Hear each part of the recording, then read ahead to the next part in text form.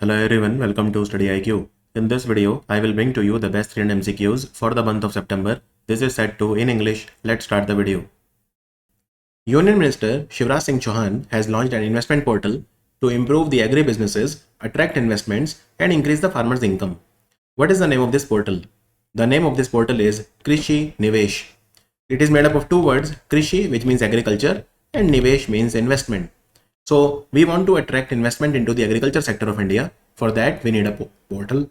So it is India's agri investment portal called Krishi Nivesh. It will improve agri businesses. It will increase farmers' income therefore. So different stakeholders like farmers, entrepreneurs, industries, investors, they will come on this platform. Also, there will be information, a lot of information about the central and state government's agriculture schemes. So if you are an investor, you will get easily you can easily access detailed information on various government schemes, and you can track the status of your application also in real-time basis, right? In real-time basis. And Ministry of Agriculture was also in news recently because they have launched a fund. You must have heard about this fund, Agri Sure. This is a fund worth 750 crore. And who is the fund manager? NAB Ventures. NAB Ventures is a subsidiary of NABARD. So out of 750 crore, 250 crore will be contributed by the government of India, 250 crore by the NABARD, and the remaining 250 crore from other institutions like banks, insurance companies, and private individuals, private investors, etc. NAB Ventures will be the fund manager. The duration of the fund is 10 years, and the fund will support around 85 startups in 10 years. Also, one startup cannot take more than 25 crore investment. So maximum investment will be 25 crore. Is that clear? Recently, which of the following ministry has launched Vishwas? It's a blockchain technology stack. It's a new blockchain framework to strengthen digital trust and service delivery. Let's say you are an Indian startup. Let's say you are an Indian startup and your name is ABC Private Limited. You want blockchain services. So you can take from Vishwas. It's a blockchain technology stack. Stack is nothing but a group of services, right? So they are giving you blockchain as a service, BaaS.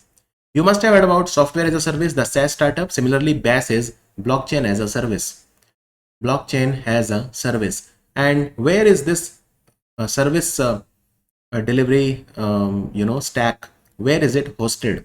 So this stack is hosted by National Informatics Center Data Center in Bhubaneswar, Pune and Hyderabad. It is at 3 places, right? So it has been launched by the Ministry of Electronics and IT, because NIC also works under the Ministry of Electronics and IT. So let me tell you more about it. This technology stack, Vishwas, is based on geographically distributed infrastructure. And this geographically distributed infrastructure is at multiple places. NIC Data Center, Bhubaneswar, Pune, Hyderabad. And the Ministry of Electronics IT has also launched NBF Lite. NBF Lite, it's a lightweight blockchain platform. Lightweight blockchain platform called NBF Lite. And they have launched something very important called Pramanik. What is Pramanik? Pramanik is again a blockchain enabled solution that will verify the mobile app origin. It will tell you, Pramanik will tell you the origin of the mobile app. And National Blockchain Portal was also launched. National Blockchain Portal was also launched. So NBF Lite is a lightweight platform which is bundled and offered for rapid prototyping, research and learning. And NBF Lite will help startups and academia, right? Now the technology, these all technology that I'm telling you is launched by collaboration of different institutes of India. Different institutes of India.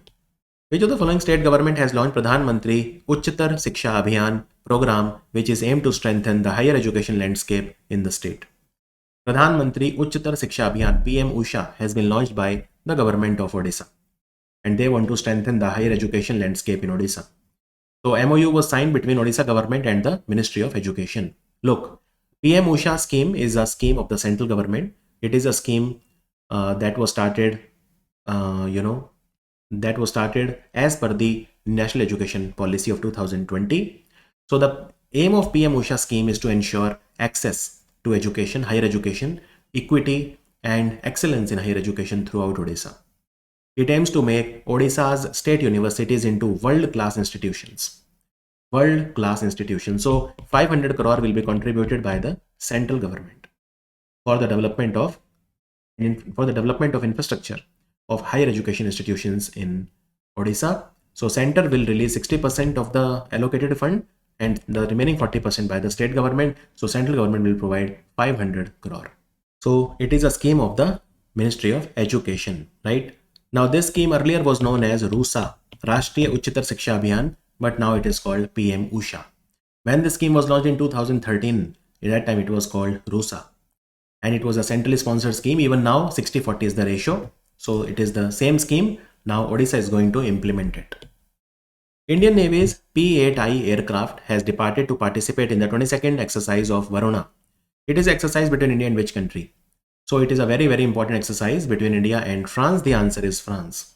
And important, and also it is a very old exercise. You can see that we are doing it for 22nd time. And where will it take place? So this exercise will take place in the Mediterranean Sea. In fact, it has already taken place in the Mediterranean Sea. Mediterranean Sea, right? And Varuna exercise is a naval exercise. It is a naval exercise. And Indian ship INS Tabar participated in this exercise. Now this exercise started in 1993, but it was only in 2001 that it was named Varuna. Similarly with France, we do other exercise also, like Shakti, which is done by the army. Then we have Garuda and Desert Night. These are done by the Air Force. Desert Night and Garuda. Who among the following has authored a book called From Oil to Lithium, Navigating the Future of Energy, a Journey from Black Gold to White Gold.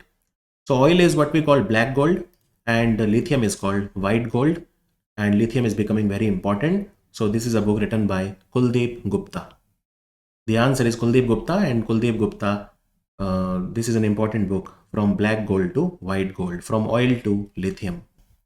India and which of the following country has signed MOU to foster collaboration on areas such as knowledge exchange, capacity building and best practices in public sector auditing?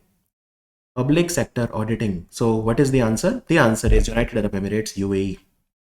CAG of India has signed a MOU with UAE Accountability Authority, and together they will exchange knowledge, share best practices and capacity building.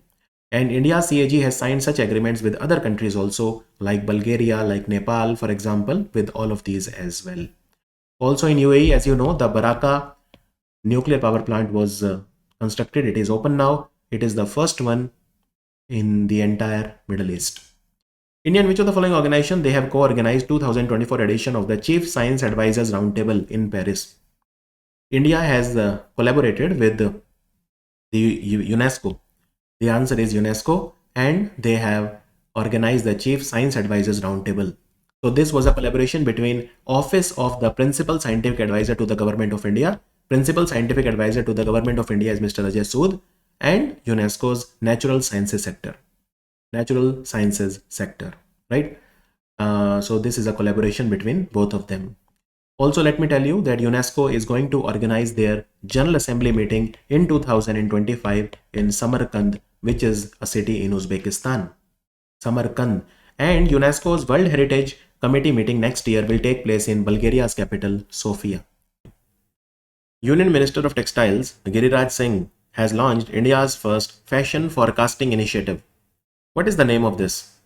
It is called Visio Next. Visio Next is about fashion forecasting. What is fashion forecasting? Basically, you try to forecast like what is the new trend in fashion and all these things, right? Now, this is a fashion forecasting initiative of National Institute of Fashion Technology, and NIFT, you know, is located in New Delhi. I mean, NIFT they have many branches in India, but NIFT headquarters is in New Delhi. And NIFT was also in news because they have designed the Supreme Court's new flag and insignia. It has also been designed by NIFT. So what is this Visio Next? So it is a bilingual portal. It's a web portal, right? It's a web portal. Visio Next initiative will foster healthy global competition. It will elevate, it will increase India's culture and design to new heights. So it is powered by artificial intelligence and emotional intelligence, both. So Visio Next, you know, initially it was conceived and designed by NIFT Delhi and NIFT Chennai. NIFT Delhi provided something called Creative Lab and NIFT Chennai provided Insights Lab. So Insights Lab of NIFT Chennai and Creative Lab of NIFT Delhi, with the support of the Ministry of Textile, they have launched this initiative. So it combines AI and EI, artificial intelligence and emotional intelligence, to generate fashion trend insights and forecast. He also launched one more book recently called Paridhi 2425. Paridhi 2425. Now this is an India specific fashion trends book, This was also launched by the Textile Minister, Mr. Giriraj Singh. Mr. Giriraj Singh. Which of the following ministry has officially announced the launch of India Graphene Engineering and Innovation Center? It's a key initiative under the vision of Viksit Bharat at 2047. So basically Niti Aayog has set a target, which is that we want to be a developed country by 2047 because that is the 100th anniversary of India's independence. So which ministry has now launched India Graphene Engineering and Innovation Center? It has been launched by the Ministry of Electronics and IT. Ministry of Electronics and IT. Look, first of all, this IGEIC, India Graphene Engineering and Innovation Center, it's a Section 8 company. So it's a non-for-profit company under the Companies Act of 2013. And, it will create a hub of excellence in graphene technology commercialization. We have a lot of graphene research in India. We want to take it global. And we want to become the world leaders in graphene technology commercialization. That is what we want to do. And IGEIC, basically, we can call it India's push towards leadership in graphene technology. Now, where is IGEIC, India, this Graphene Engineering and Innovation Center, where is it located? Remember, it will be located in Trivandrum, Kerala. And where will they do manufacturing? So manufacturing of graphene, it will take place in Palakkad, again in Kerala. So the manufacturing unit, is supported by the government of Kerala and it is situated in Palakkad. But the IGEIC, the main center, is strategically located in Trivandrum in Kerala. Disaster Management Amendment Bill, which was recently introduced in the Lok Sabha, proposes to introduce urban disaster management authorities for state capitals and large cities, except for the National Capital Territory of Delhi and what? So except Delhi and Chandigarh. Delhi is the national capital, Chandigarh, is the capital of Punjab and Haryana. So except for Delhi and Chandigarh, the Urban Disaster Management Authority will be set up in all the state capitals and large cities of India except Delhi and Chandigarh. Now this bill was introduced in the Lok Sabha on 1st of August 2024. Now, if this bill is passed, it will replace the Disaster Management Act of 2005. Right? This act was, this became an act. It was introduced after the tsunami of 2004. So this bill will make National Disaster Management Authority more robust and even the state disaster management authorities more robust. So urban disaster, nobody talks about urban disaster. So urban disaster management authority will be set up in all the state capitals and large city except Delhi and Chandigarh. Now another very important thing of this bill is that this bill says that the NDMA, National Disaster Management Authority, and State Disaster Management Authority, they can directly prepare their national and state disaster respective plan by passing the NECs and SECs. See, earlier NDMA and SDMA, they could not prepare their disaster management plans. NDMA now can do it for the national level, SDMA can do it for the state level. And there is no need for NEC or SECs, that is National Executive Committee or State Executive Committee. They can directly make their plan and therefore they can enforce it. Also, there will be a comprehensive disaster database that will be set up at the national level and at the state level. The disaster database will be set up at the national level and at the state level. This will also grant statutory status to the National Crisis Management Committee and High Level Committee, which will handle major disasters and financial assistance respectively. High Level Committee will look after financial assistance and National Crisis Management Committee will handle major disaster. Now they have been given statutory status. National Crisis Management Committee will be led by the Cabinet Secretary, and Cabinet Secretary will be the chairperson, and HLC, the high level committee that provides financial assistance for crisis management, will be led by a minister overseeing disaster management. So this is a multifactorial bill. Also, this bill allows the National Disaster Management Authority to specify its own staffing need and appoint the experts with central government approval. NDMA can now appoint its own experts with the approval of the central government. So this empowers the National Disaster Management Authority. Also, this bill empowers the state governments to create state disaster response forces with defined functions and terms of service, enhancing the local response capability. The state governments can create now their own state disaster response forces. Recently, Ministry of Electronics and IT has launched the second cohort of the startup accelerators of MITI for product innovation, development and growth Samrid program. Now, how many startups will be selected and supported under this? A very nice question, but first you have to understand a few words. For example, what is accelerator? What is a accelerator? See, accelerator is an organization that supports the startups. How? So accelerator may give them funding sometimes, but mainly accelerator provides them sometimes space where they can operate from, right, at very cheap or almost free. It provides them mentorship. It prepares their business plans, execution plans, right? So accelerators are helpful in many ways. They provide knowledge. They provide, capacity building opportunities, tailor-made mentoring sessions, all of them. So Ministry of Electronics and IT, they started a program which is called Samrid program. As you can see the full form here, Startup Accelerator of MITI for Product Innovation, Development and Growth. And when did they start this program? 2021. What was their target? So they will support 300 tech startups. 300 tech startups. Now from 2021 to 2024, the first cohort was running. Means first. So it was divided into, Samrid program was divided into two cohorts. In the first cohort, they supported 175 startups. And how many do they need to support? 300. So how many are remaining? 125. The answer is 125. 125 startups will be supported by the Ministry of Electronics and IT. Now they will not support them directly. They will support them through the accelerator. So they are inviting the applications of accelerator, right? And what help do they want to give to the startups? Well, they want to, for example, give them 6 to 9 months of accelerator program session. They want to give them funding up to 40 lakh rupees, give them opportunities, etc. Now, which accelerators can apply? Which accelerators, will the Ministry of Electronics and IT want to work with? So those who are registered as a non-for-profit company, registered as a Section 8 company, and they should have good past experience of running acceleration cohorts. Cohort means simply a group of startups. In this case, a group of startups. So cohort means a group of people or a group of companies who have a common characteristics. All of these are tech companies. So these accelerators who apply for supporting the startups, every accelerator they are saying will support 5 to 10 startups, something like that.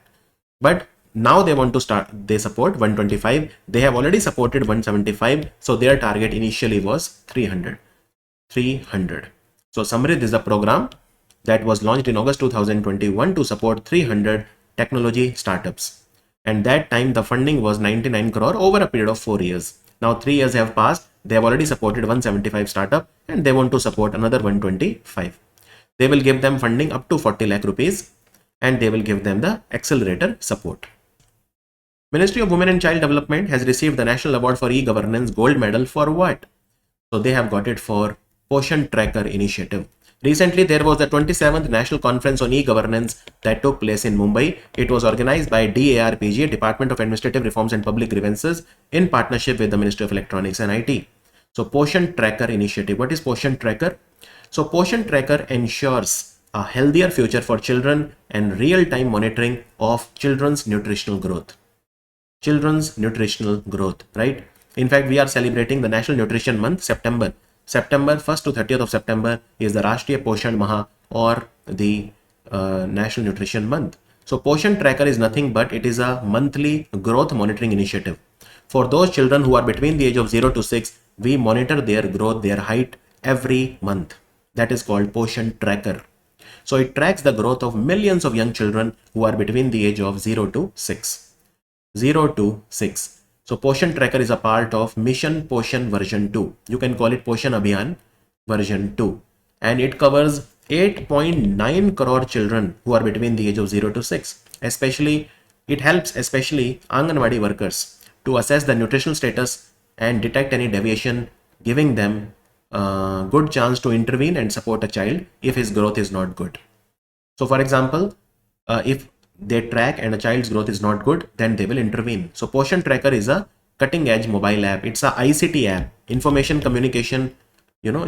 communication technology app. It identifies and tracks the growth issues of the children. Growth issues of the children. This is called Poshan Tracker program. So Poshan Tracker, right? Poshan Tracker got the Gold Award recently. Very nice question. During Prime Minister Narendra Modi's 2-day visit to Singapore, India and Singapore signed 4 agreements to strengthen the cooperation in 4 different sectors. Which one of the following is not one of those? Which of the following is not one of those? So nuclear energy is not one of those. Nuclear energy is not one of those. In fact, we are doing cooperation on nuclear energy with UAE. With UAE, right? So which are the 4 MOUs? The first MOU was signed between our Ministry of Electronics and IT and their Ministry of Electronics for digital technology like DPI, cybersecurity, 5G and all those. Second MOU was about, it was more about semiconductors and all these things. Then third MOU was about health and medicine, and fourth MOU was about educational cooperation and skills development.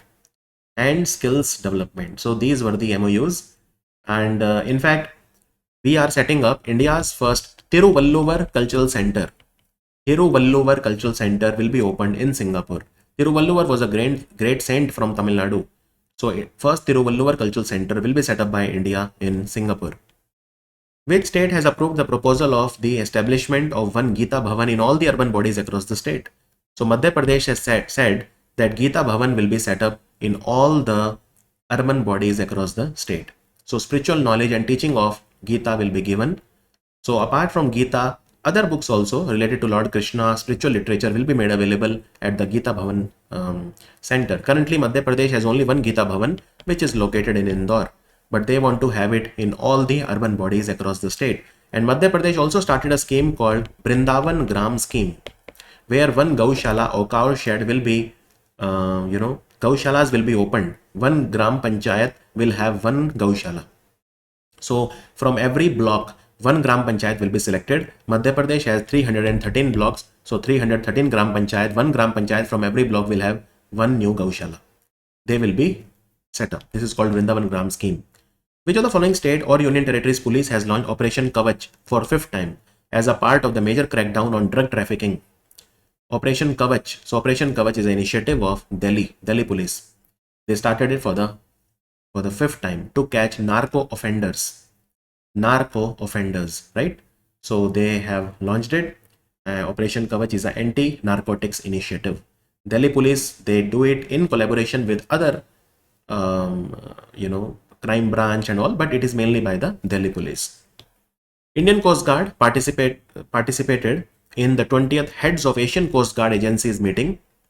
In which of the following location was the meeting held? The 20th Heads of Asian Coast Guard Agencies meeting. So it was held in Incheon, which is in South Korea. So basically it focuses on mutual cooperation between the coast guards of different Asian countries. Look, there are 23 member Coast Guard agencies. You can say the Coast Guard of 23 countries are represented here. All the Asian countries mainly. Bangladesh, Bahrain, Brunei, the ASEAN countries, the SAARC countries, Southeast Asian countries, South Asian countries, all of these.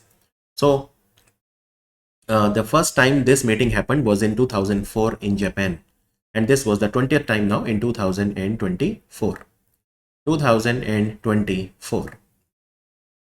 And also recently, there is a MOU that has been signed between the Indian Coast Guard and the Korea Coast Guard, South Korean Coast Guard, for mutual cooperation in the Coast Guard.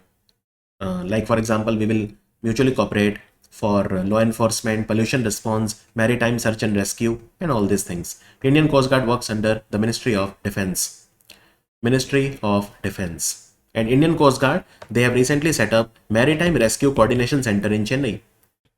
Who among the following has made history by becoming the oldest Indian to swim solo across the English Channel? Swimming solo across the English Channel is no mean feat. English Channel separates France from England, right? So Siddharth Agarwal is the answer. Option D. He is a 49-year-old swimmer from Bangalore, and he swam 42-kilometer distance between England and France, what we know as the English Channel. He completed this swimming in 15 hours and 6 minutes. Now just imagine swimming 15 hours continuously, that too in an ocean. So 15 hours and 6 minutes. Extremely important. The Ministry of Jal Shakti has collaborated with the government of Gujarat, and it has launched something known as Jal Sanchay Jan Bhagidari initiative. So it's a rainwater harvesting program. Rainwater harvesting simply means we will collect the rainwater. So this program aims to construct how many rainwater harvesting structures in Gujarat? What are rainwater harvesting structures? Anything in which you store the rainwater. It can be an underground basement, it can be a pond, it can be anything where there is a provision of storing the rainwater. That is called a rainwater harvesting structure. So 24,800 rainwater harvesting structures will be constructed in Gujarat. And this is called Jan Sanchay Jan Bhagidari. The meaning of the word Jal Sanchay means water collection. Jal Sanchay, and Jan Bhagidari means community participation. So these many 24,800 rainwater harvesting structures are being constructed across the state to enhance rainwater harvesting and ensure long-term water sustainability. Now, currently, we are also running a campaign by the Ministry of Jal Shakti called Catch the Rain. And this campaign was launched recently, and basically this campaign will run from 9th of March 2024 to 30th of November 2024. And what is the theme of Catch the Rain campaign this time? Jal Shakti Abhiyan or Catch the Rain campaign. Nari Shakti se Jal Shakti. Nari Shakti se Jal Shakti. The full name is Jal Shakti Abhiyan Catch the Rain. Jal Shakti Abhiyan Catch the Rain. Also, don't forget something very, very important, that 15th of August 2024 was the 5th anniversary of what? Of Jal Jeevan Mission Har Ghar Jal. Jal Jeevan Mission Har Ghar Jal, where we have to make sure that every rural household has tapped water connection. And this figure has crossed almost 16 crore now. So 15 crore was touched. Now we are touching almost 16 crore. 16 crore households, they have been equipped with tap water. That is more than 80% of the rural households in India. They now have tapped water supply.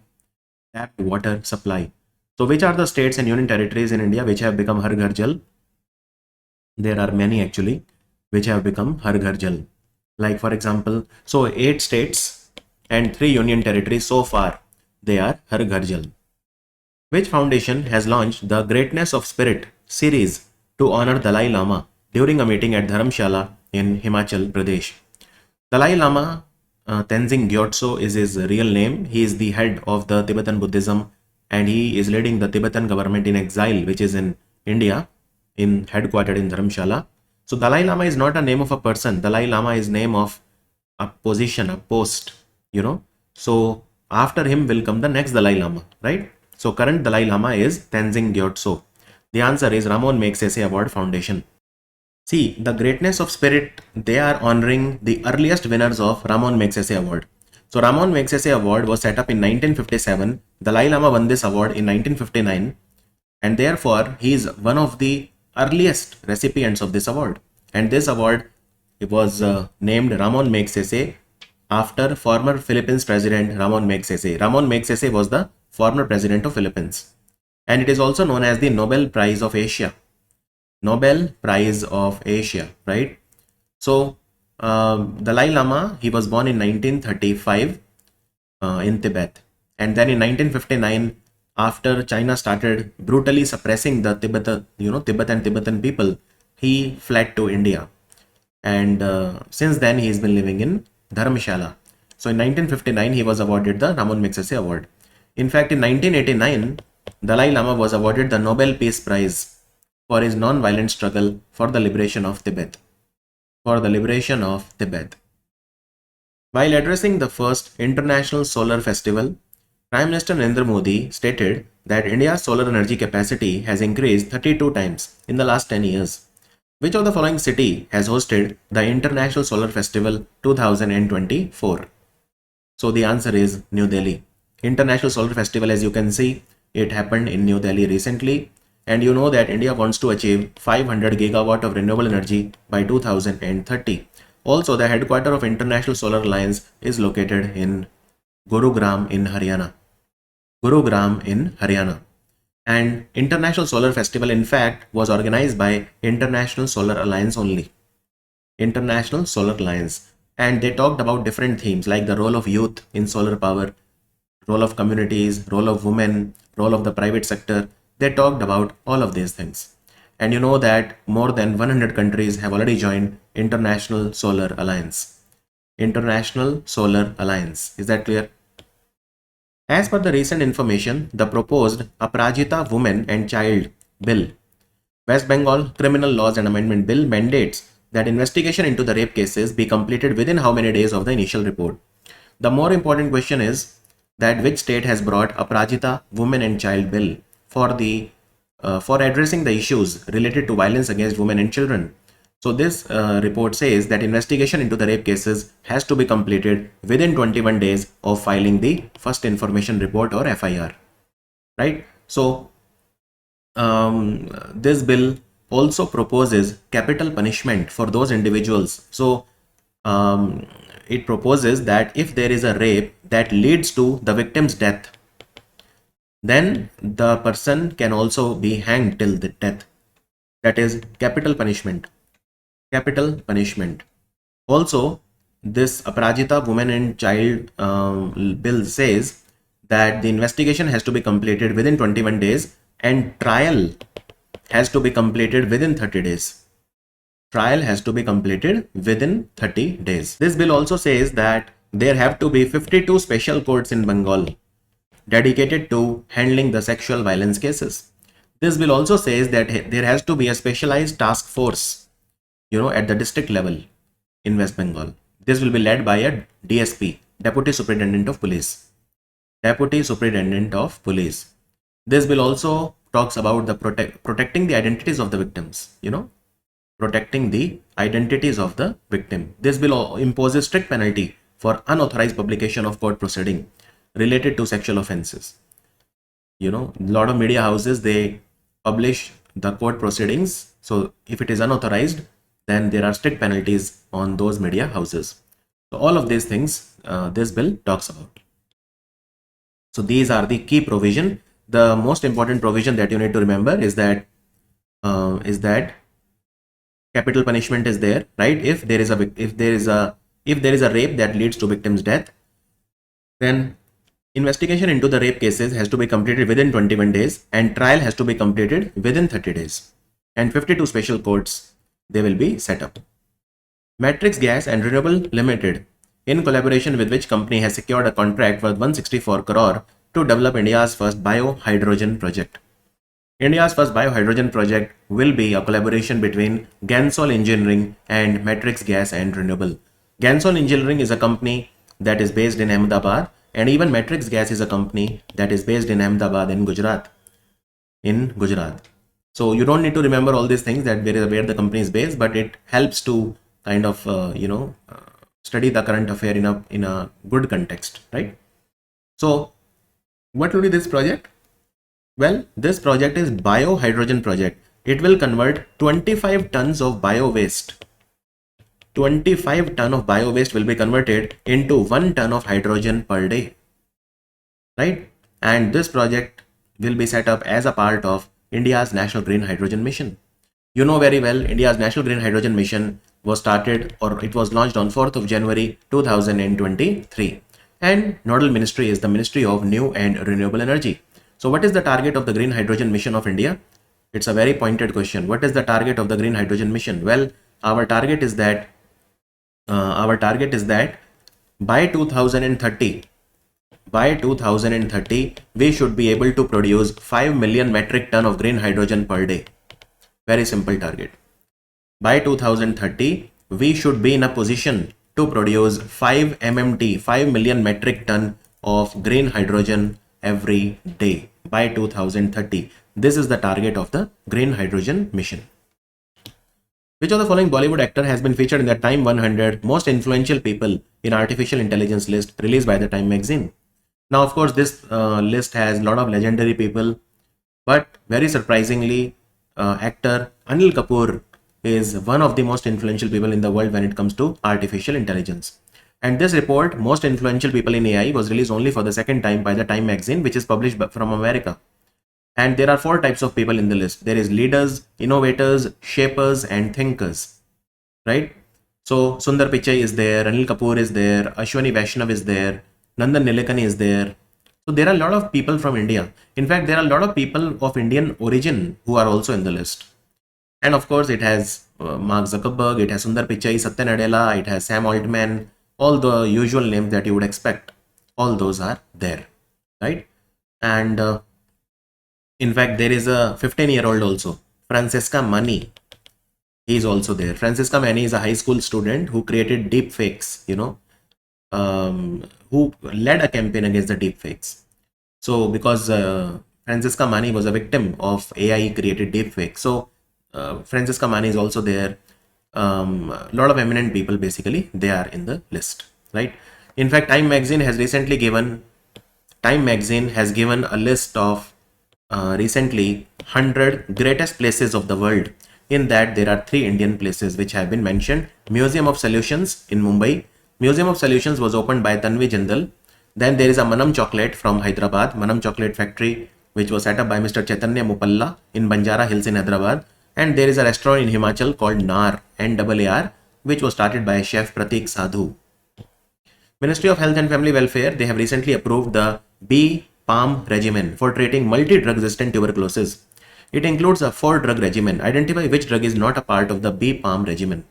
Multi-drug resistancy, basically when tuberculosis happens, tuberculosis is caused by a bacteria which is called Mycobacterium tuberculosis, and it affects mainly the lungs of your body, right? So we have first line drugs for tuberculosis like isoniazid, rifampicin, etc.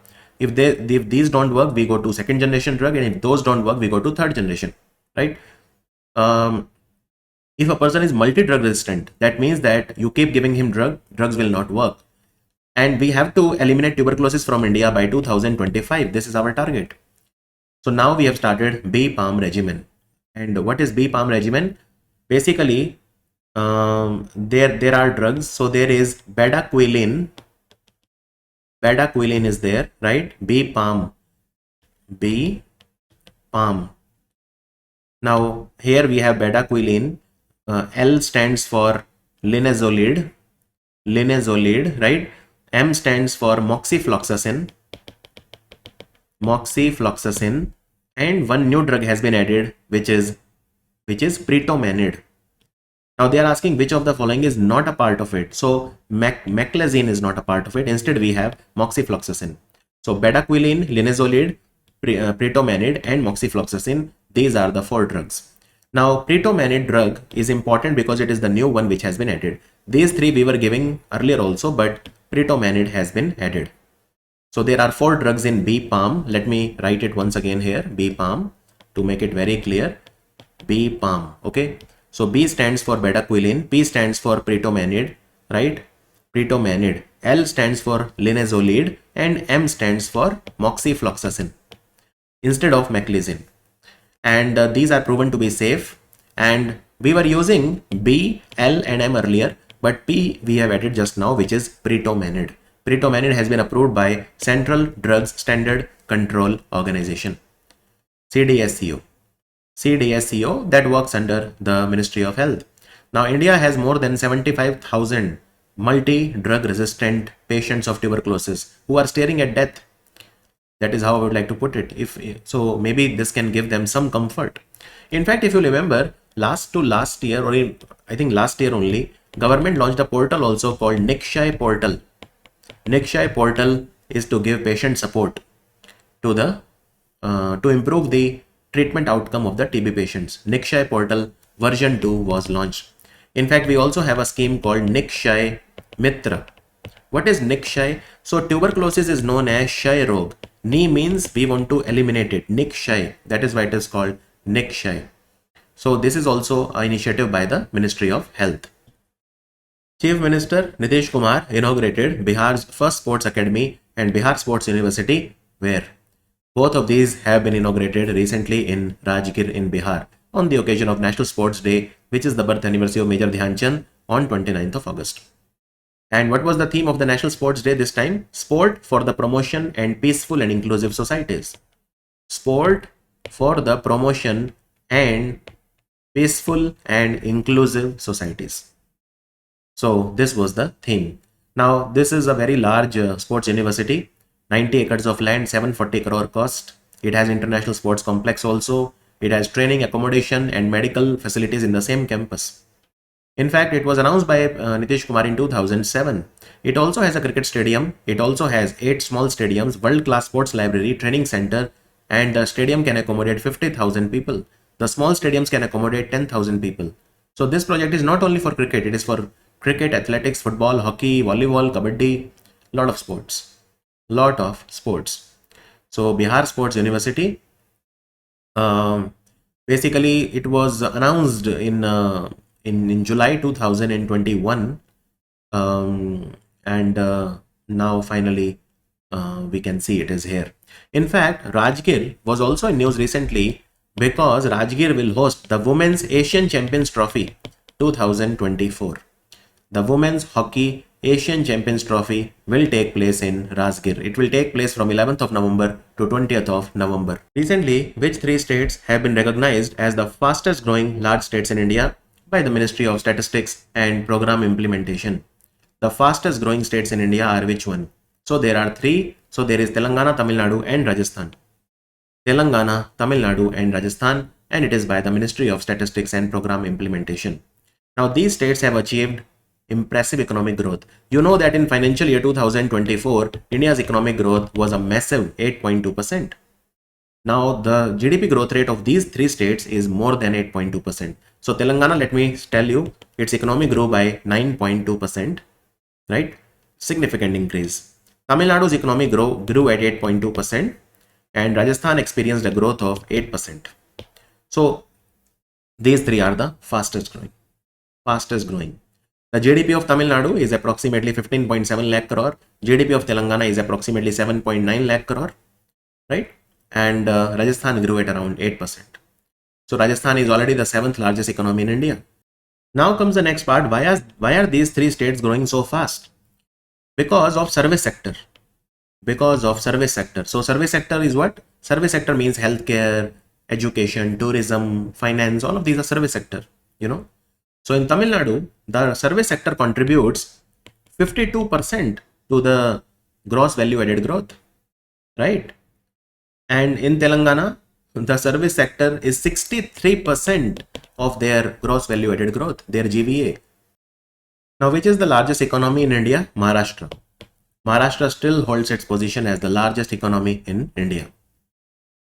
Defense Acquisition Council has approved 10 capital acquisition proposals worth how much? To enhance defense preparedness. Is it like if Defense Acquisition Council approves something, then it is final? No. After Defense Acquisition Council approves, then it has to be approved by the Cabinet Committee on Security, right? But Defense Acquisition Council plays a huge role. So 1.45 lakh crore. 1.45 lakh crore. The exact amount is 1,44,716 crore. 716 crore. So, for example, we want to modernize our tanks. We want to have futuristic main battle tanks. We want to buy air defense fire control radar. We want to have, forward repair team. Then we want to enhance the capabilities of the Indian Coast Guard. We want to have Dornier 228 aircraft, more of them. We want to have next generation fast patrol vessel. So a lot of things we want. And the money that we will spend is 1.45 lakh crore. Who is the chairman of the Defense Acquisition Council? The Defense Minister of India. So Defense Acquisition Council has approved, and let's see now if the Cabinet Committee on Securities can approve it. Which of the following organization has launched the first legally binding AI treaty to protect the human rights and democracy? First time it has happened, and which bloc has signed it? So it has been signed by the Council of Europe. The answer is option C. Council of Europe Framework Convention on Artificial Intelligence and Human Right, Democracy and the Rule of Law. So it was opened for signature during a Council of Europe Ministers of Justice meeting. This meeting happened in Vilnius, which is the capital of Lithuania. It is the first ever international legally binding treaty to ensure that AI is consistent with human rights, democracy and the rule of law. And many countries, they have already signed it. Norway has signed it, Iceland has signed it, Israel has signed it, United Kingdom has signed it, United States of America has signed it, even the entire European Union has signed it. So this was launched by the Council of Europe. The Council of Europe. Is that clear? And basically there are 46 members of Council of Europe, 46 Council of Europe member states, the European Union and 11 non-member states. They negotiated the treaty. They negotiated the treaty. What is Council of Europe? So Council of Europe is an international organization with the goal of upholding the human rights, democracy and the rule of law in Europe. This organization was started in 1949 and 46 members are there. 46 members are there. Where is the headquarters of Council of Europe? It is in a city called Strasbourg. Strasbourg is a city of France. It is a city of France. So 46 members of Council of Europe, the entire European Union and 11 non-member states, they have signed this treaty, legally binding AI treaty. Which of the following company was bestowed with the prestigious Gold Award under the Application of Emerging Technologies for Providing Citizen-Centric Services category in the National Award for E-Governance? Now, National Award for E-Governance, as you can see, they were organized by the Ministry of Electronics and IT and DARPG, Department of Administrative Reforms and Public Grievances, which works under the Ministry of Pension, Public Grievances and Personnel. And Ministry of Electronics and IT, they both organized this National Conference on E-Governance for the 27th time in Mumbai, in Maharashtra, on 3rd and 4th of September. So, lot of initiatives go on the Gold Award. I will tell you all. So, Open Network for Digital Commerce, there are different categories. So, this category is Application of Emerging Technology for providing citizen-centric services. Let me show you all the gold. You have to remember only the Gold Awards. So, in the category Government Process Re-engineering for Digital Transformation, Poshan Tracker. Poshan Tracker is an initiative of Ministry of Women and Child Development. It was the winner of the Gold Award. And what was the theme of this year's conference? You can see it is written here, Viksit Bharat, Secure and Sustainable E-Service Delivery. Viksit Bharat, Secure and Sustainable E-Service Delivery. This was the theme. So Poshan Tracker was the winner of the Gold Award. You don't even need to remember the category. Just remember the name of the Gold Award. Poshan Tracker is by the Ministry of Women and Child Development. Then we have Shiksha Setu Aksom. It is an organization called Samagra Shiksha in Assam. Shiksha Setu Aksom, right? And total 9 gold, 6 silver and 1 jury award was given. 9 gold, 6 silver and 1 jury award was given, right? So ONDC, again Gold Award. ONDC is by DPIIT, Ministry of Commerce. Then use of teleradiology and artificial intelligence for chest radiograph and auto approval of direct bank transfer to relief of silicosis patients. Silicosis is an occupational disease. Social Justice and Empowerment Department, Government of Rajasthan. This is a project by Government of Rajasthan. So it won the gold. Then we have Lab Mitra, initiative of the Varanasi administration in UP, won the Gold Award. Then we have India Hypertension Control Initiative by Indian Council of Medical Research, National Institute of Epidemiology, which is in Chennai. They have an India Hypertension Control Initiative that won the Gold Award. Then Karnataka GIS by Karnataka Remote Sensing Application Center won the Gold Award. So all of these won the Gold Award, right? Those are the only ones that you need to remember. So in fact, this was also a Gold Award. Use of barcoding in digitizing the property register of police station inventory e-Malkhana by the government of West Bengal. It was done by Chandan Nagar in West Bengal. E-Malkhana is what? Use of barcode in digitizing property register of police station inventory. it was also the winner of the Gold Award. So these are very important awards, and these awards are given every year since 2003. They are given in 5 different categories. So gold awards winners get 10 lakh rupees and silver award winners get 5 lakh rupees. 5 lakh rupees. President Draupadi Murmu has inaugurated the Vishwa Shanti Buddha Vihar at which place? Vishwa Shanti Buddha Vihar has been inaugurated by her in a place called Udgir, which is in Maharashtra. Where? In Maharashtra, in Latur district. Latur district. She also installed a statue of Gautam Buddha inside the Vihara, and she paid tribute to Dr. Baba Sahib Ambedkar because he adopted Buddhism. You must have heard about Chaitya Bhumi and Diksha Bhumi. Chaitya Bhumi is the Samadhi Sthal of Dr. Ambedkar, and Diksha Bhumi is a place in Nagpur where he adopted Buddhism. Chaitya Vihar is in Mumbai. Chaitya Bhumi is in Mumbai. So, the newly inaugurated Buddha Vihar in Udgir is a replica of the Buddha Vihar which is in Kalburgi in Karnataka. Right? It is a very large meditation center. It can accommodate 1200 people. And the entrance of this place is inspired by the Sanchi Stupa, which is a UNESCO World Heritage Site in Madhya Pradesh. In Madhya Pradesh. English. How many new Nidhi ITBI, that is Inclusive Technology Business Incubators, they were recently inaugurated by the Minister of Science and Tech, Dr. Jitendra Singh, at IIT Delhi. What is an incubator? Now, I have already explained you what is an accelerator. Accelerator, incubators, basically they are more or less the same. They mentor startups. They give them space to work. They give them knowledge. They do the capacity building. They give them mentorship.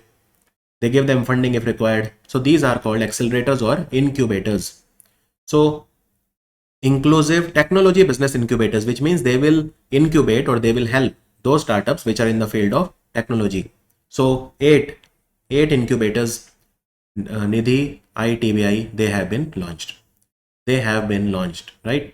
And basically Nidhi is an initiative by the Department of Science and Technology. This department works under the Ministry of Science and Technology, and it is celebrating 8 years of Nidhi. Now let me show you what is Nidhi, that I will tell you in a bit, but let me tell you which are these 8 incubators. Now you don't need to remember their names, but they have been set up in Central University of Rajasthan Ajmer, Guru Angad Dev University in Punjab, Ludhiana, BLD Bijapur Karnataka, Aligarh Muslim University UP, then Paramveer Singh Institute of Tech UP, Guru Ghasidas Vishwavidyalaya Bilaspur, Guru Ghasidas Tiger Reserve is also there in Chhattisgarh, GSSS Institute of Engineering and Tech, that is Mysore Karnataka, and University of Petroleum, which is in Dehradun. So these are the incubators. And why I'm telling you this is because let's say you want to do a technology startup. So you want to know which is the nearest incubator. So if you are from, let's say, Aligarh, you can approach Aligarh Muslim University and you can register your startup and see if they allow you, allow you to incubate your startup in their premises.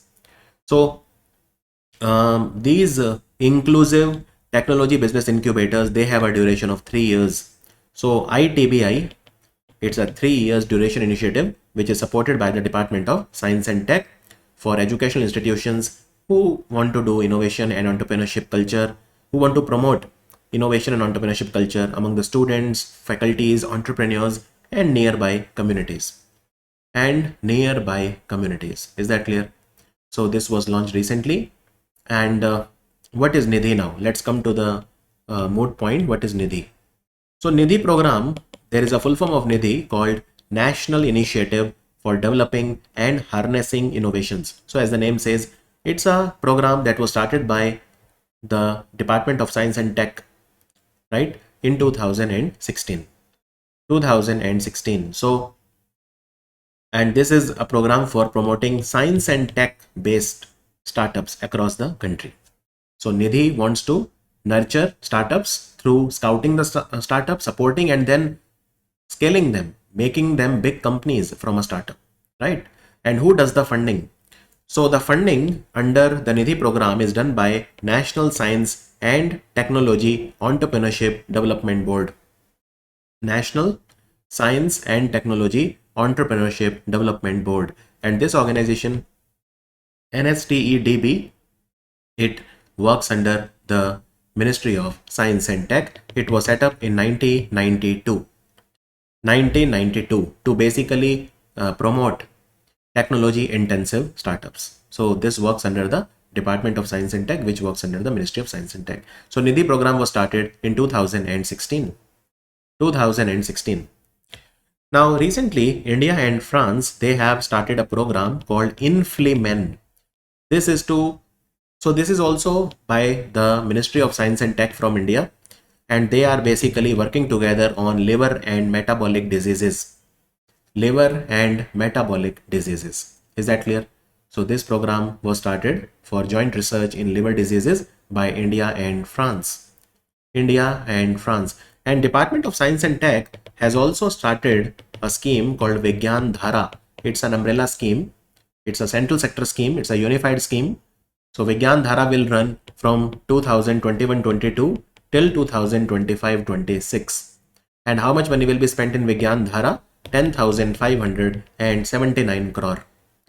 And 79 crore. This is for capacity building in the science and tech field.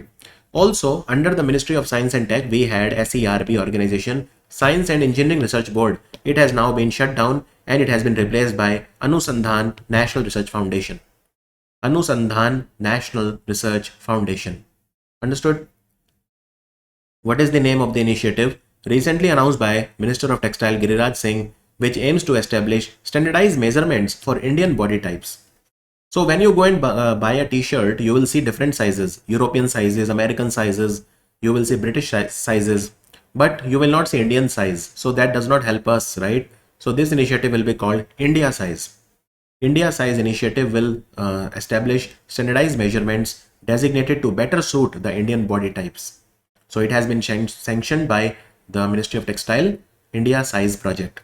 India Size project. So how this will work? Well, what they will do is they will take the anthropometric data, which means human data, right, from 25,000 male and female people, 25,000 male and female persons who are between the age of 15 and 65, using human safe 3D scanning technology. So there is a 3D scanning technology which is very safe. It is not like these radiations will harm you. So they will do your body scanning, and with the help of that body scanning, they will create a body size chart.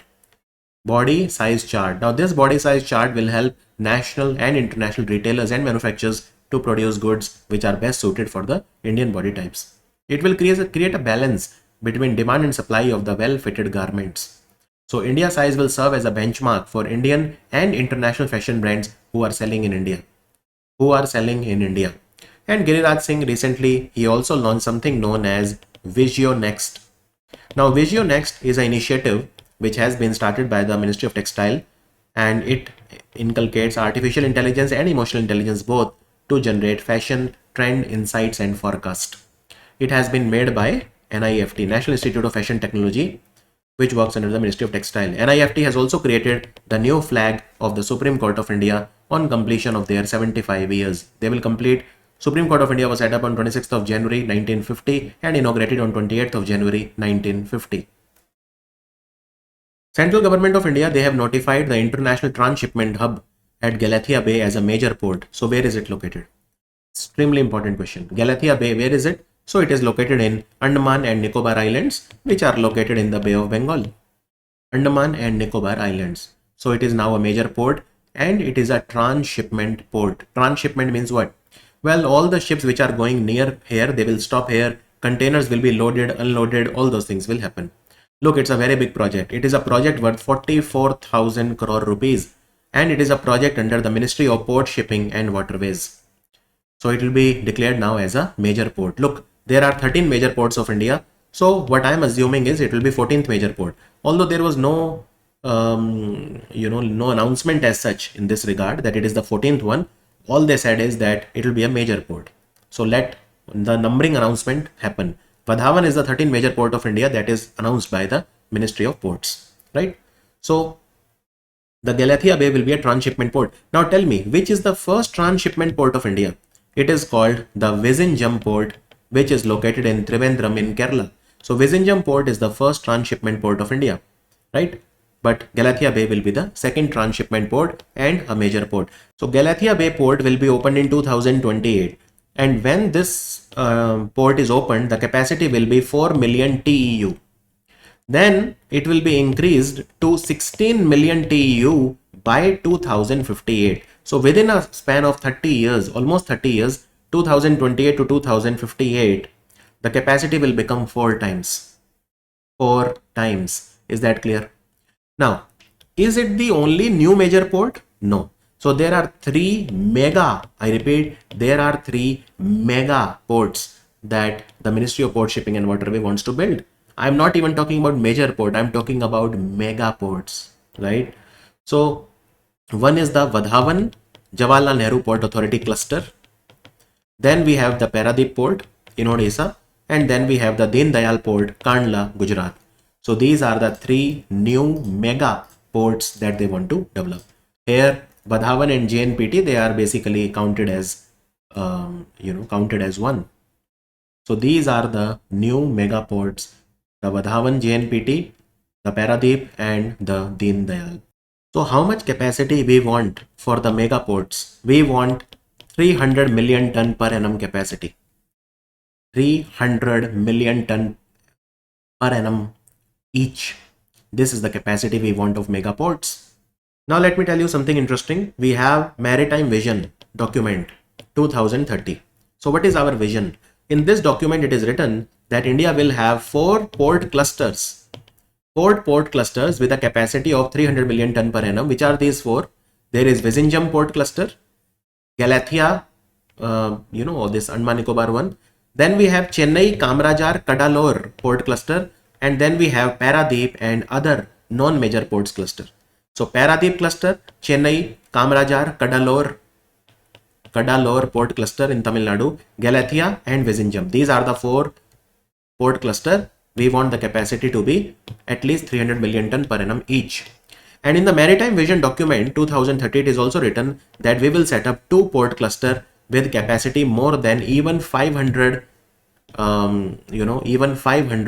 million ton per annum. Which are these 2 which will have capacity of more than 501? So one is the Jawaharlal Nehru Vadhavan, it is taken as 1, and the second is Deen Dayal Tuna Tekra. Tuna Tekra terminal and Deen Dayal port. Deen Dayal Tuna Tekra and Jawaharlal Nehru Vadhavan, right? So this is written in our Maritime India Vision document. But try to remember the latest one. The latest one says that we will develop 3 mega ports: Vadhavan, Jawaharlal Nehru, Paradip and Deen Dayal port. And of course, another major port will be Galathea Bay. So these 4, because it is the latest data. The 3rd edition of State Bank of India's Asha Scholarships program has been launched by SBI Foundation. It aims to support how many students? It aims to support 10,000 students from underprivileged backgrounds across India and give them financial assistance. So financial assistance, the scholarship amount will vary. It will be minimum 15,000, right, to 20 lakh, depending on the level of study and the specific category of scholarship. So the amount will vary from 15,000 rupees to as high as 20 lakh rupees. SBI Foundation, this is an initiative of SBI Foundation under its education vertical integrated learning mission. So this scholarship is open to the students from class 6 to class 12 and to those who are pursuing undergraduate and postgraduate courses from the top 100 NIRF university or colleges. The college has to be within 100 in the respective category in the NIRF ranking. Okay. Interstate students, they have time till 1st of October 2024 to apply for the SBI scholarship. And Asha scholarship program was launched in 2022 by the SBI. 2022 by the SBI, right? So there are certain criteria. Don't go into too much depth in that. I'll cover this in depth in the banking awareness video. This is their CSR project, Corporate Social Responsibility Project. An SBI Foundation company, SBI started for CSIR in 2015. Finance Ministry has relaxed the norms for expenditure exceeding dash to accelerate the capex that is pegged at 11 lakh crore, 11,11,111 crore or 11.11 trillion. This is the amount we want to spend. So the Finance Ministry has relaxed the norms for expenditure exceeding 500 crore to accelerate the capital expenditure, right? So our target for capital expenditure in the current financial year is 11,11,111 crore, And the norms, if you are investing more than 500 crore, then the rules and regulations, they have been relaxed. There is a operational flexibility that has been given. Earlier, what used to happen was the amount between 500 crore and 2000 crore was released by different government departments, usually between the 21st to 25th of the month, to take advantage of the GST inflows. Similarly, if any government department was spending more than 2000 crore or any project, then they were usually in the second fortnight in the last month of the quarter, because that time the direct tax receipts inflows were there. Now all these conditions have been removed. All these conditions about the timing of the expenditure, all they have been removed. Otherwise, we will not be able to meet our target of spending 11,11,111 crore. The Baraka nuclear energy plant, Arab world's first nuclear power plant, has been completed, and it is set to generate a quarter of the country's electricity need. 25% of the electricity need of this country will be produced by this nuclear power plant. Where is it? So it has been set up recently in the UAE. It has been set up in the UAE, that is Al Dhafra city, which is in Emirates of Abu Dhabi in the UAE. Baraka nuclear power plant, and it has been set up by Emirates Nuclear Energy Corporation, which is a company that is headquartered in Abu Dhabi. Emirates Nuclear Energy Corporation. In fact, with UAE, we are also targeting nuclear cooperation, NPCIL from India, and this company, Emirates Nuclear Energy Corporation, they have signed MOU for joint cooperation in the field of nuclear energy. Ministry of Panchayati Raj and which of the following organization, they have signed a letter of intent to collaborate on strengthening systems and engaging communities for social change. Ministry of Panchayati Raj is working closely with UNICEF, right? Even government of West Bengal, they are promoting lactation with the active role of the fathers, with the help of UNICEF. So the answer is UNICEF.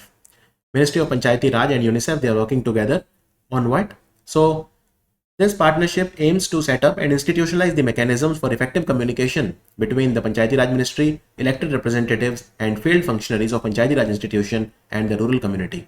There has to be better communication between the government bureaucrats, government officials, ministers, and the normal people, especially the marginalized section of the society, particularly women. So there has to be better communication. UNICEF will help in that. UNICEF is going to help the Ministry of Panchayati Raj in the same. Praveen Kumar secured a gold medal for India at the Paris Paralympic in the men's high jump final. He has achieved a record-breaking jump of setting a new Asian record. So 2.08 meter was his jump. And he is a para-athlete. He got a gold medal. He got a gold medal. Is that understood? Paralympic Games. Satya Prakash Sangwan was the chef de mission. Harvinder Singh is the first ever Indian archer to win a gold medal recently. He was also the flag bearer in the closing ceremony. Sumit Antil also won the gold medal. He won it in the javelin throw. Sumit Antil was the flag bearer in the opening ceremony. Preeti Pal became the first Indian woman to win 2 Paralympic medals. She won in 100 meter and 200 meter race. She was the flag bearer in the closing ceremony. And Bhagyashree Jadhav, she was along with Sumit Antil, she was the flag bearer in the opening ceremony. Which state has announced that the 20th of August of every year will be celebrated as Suta Divas? Suta. So I don't know how to pronounce it, but I checked the Hindi newspaper. They wrote Suta. We pronounce in Hindi as Suta. I don't know in Assamese what it is pronounced, but let's call it Suta Divas, to recognize the importance of the region in the freedom movement. This place is very important because on 20th of August 1942, the people of Suta, they were led by the late Biman Chandra Bora, and they hoisted the national flag at the Suta police station. Look, this was the first time in India where a tricolor flag was hoisted lowering the Union Jack. So that happened here. So it was important in the freedom struggle. Here the tricolor flag was hoisted in Suta, right? So Suta is a place in Assam. Suta police station is a place in Bishwanath district. So they went to the Suta police station and it is located in Bishwanath district. Here the brave hearts, he paid tribute to the brave hearts who hoisted the national flag here in 1942. So this day Suta Divas will be celebrated for the first time on 20th of August 2025. Which of the following company has signed an agreement with Abu Dhabi National Oil Company for a long-term supply of LNG gas? So this Indian company is Indian Oil Corporation Limited. Indian Oil Corporation Limited will get for 15 years continuously the much needed LNG gas from the largest company of UAE called ADNOC, Abu Dhabi National Oil Company. Abu Dhabi National Oil Company. PM Modi he visited UAE last year, and UAE President Mohammed bin Zayed Al Nahyan visited India recently on a 3-day visit. And every year, 1 million ton of LNG, 1 million ton of LNG will be provided by ADNOC to Indian Oil Corporation. Indian Oil Corporation. Let me tell you, UAE has also signed. You can see that India has strategic petroleum reserves. So we keep lot of crude oil in our strategic petroleum reserves, and we are setting up strategic petroleum reserves at multiple places. For example, we have it at Visakhapatnam in Andhra, we have it in Mangalore in Karnataka, we have it in Padur. Padur is a place which is very near to Udupi, again in Karnataka. So these are places, right? In fact, there is a place called Chandi Khol, which is in Odisha. Chandi Khol in Odisha. So even in Chandi Khol, we have strategic petroleum reserve, right? So what ADNOC will do, it will solidify our strategic petroleum reserves. Strategic petroleum reserves, right? Another important thing, there is a production concession agreement for the Abu Dhabi onshore block has been signed between Urja Bharat. Now look, Urja Bharat is a joint venture of Indian Oil Corporation and Bharat Petro Resources Limited. They have signed a MOU, Urja Bharat, with ADNOC. So this consortium holds a 100% stake to explore and appraise oil and gas reserves in the 6,000 square kilometer block around Ruwais, ADNOC's integrated refining and petrochemical hub in the Al Dhafra region of Abu Dhabi. So what have they done? Let me explain you in very simple words. So basically there is a gas block, oil and gas block in UAE, which is called Ruwais, oil block. Now in the Ruwais oil block, there is a 6,000 square kilometer area where Urja Bharat, which is a joint venture between Indian Oil Corporation and Bharat Petro Resources, they have got an exclusive license to, explore and appraise oil and gas reserves. Also, we have signed an agreement with UAE in the field of nuclear energy. This is very important because this is the first country in the Middle East. This is the first country in the Middle East with which we have signed a nuclear cooperation agreement. So they have set up Baraka nuclear power plant, which is only the first commercial nuclear power plant in the Arab world. So we will cooperate with them in that regard as well. Also, MOU has been signed between Government of Gujarat and the UAE company for development of food parks in India. So these are the things that we have done. And all the places where we have strategic petroleum reserve, please remember it. Okay. We have it in Chandi Khol in Odisha. We have it in Padur and in Mangalore, and we also have in Padur, we have it in Mangalore, we have it in Visakhapatnam, and we have it in Chandi Khol in Odisha.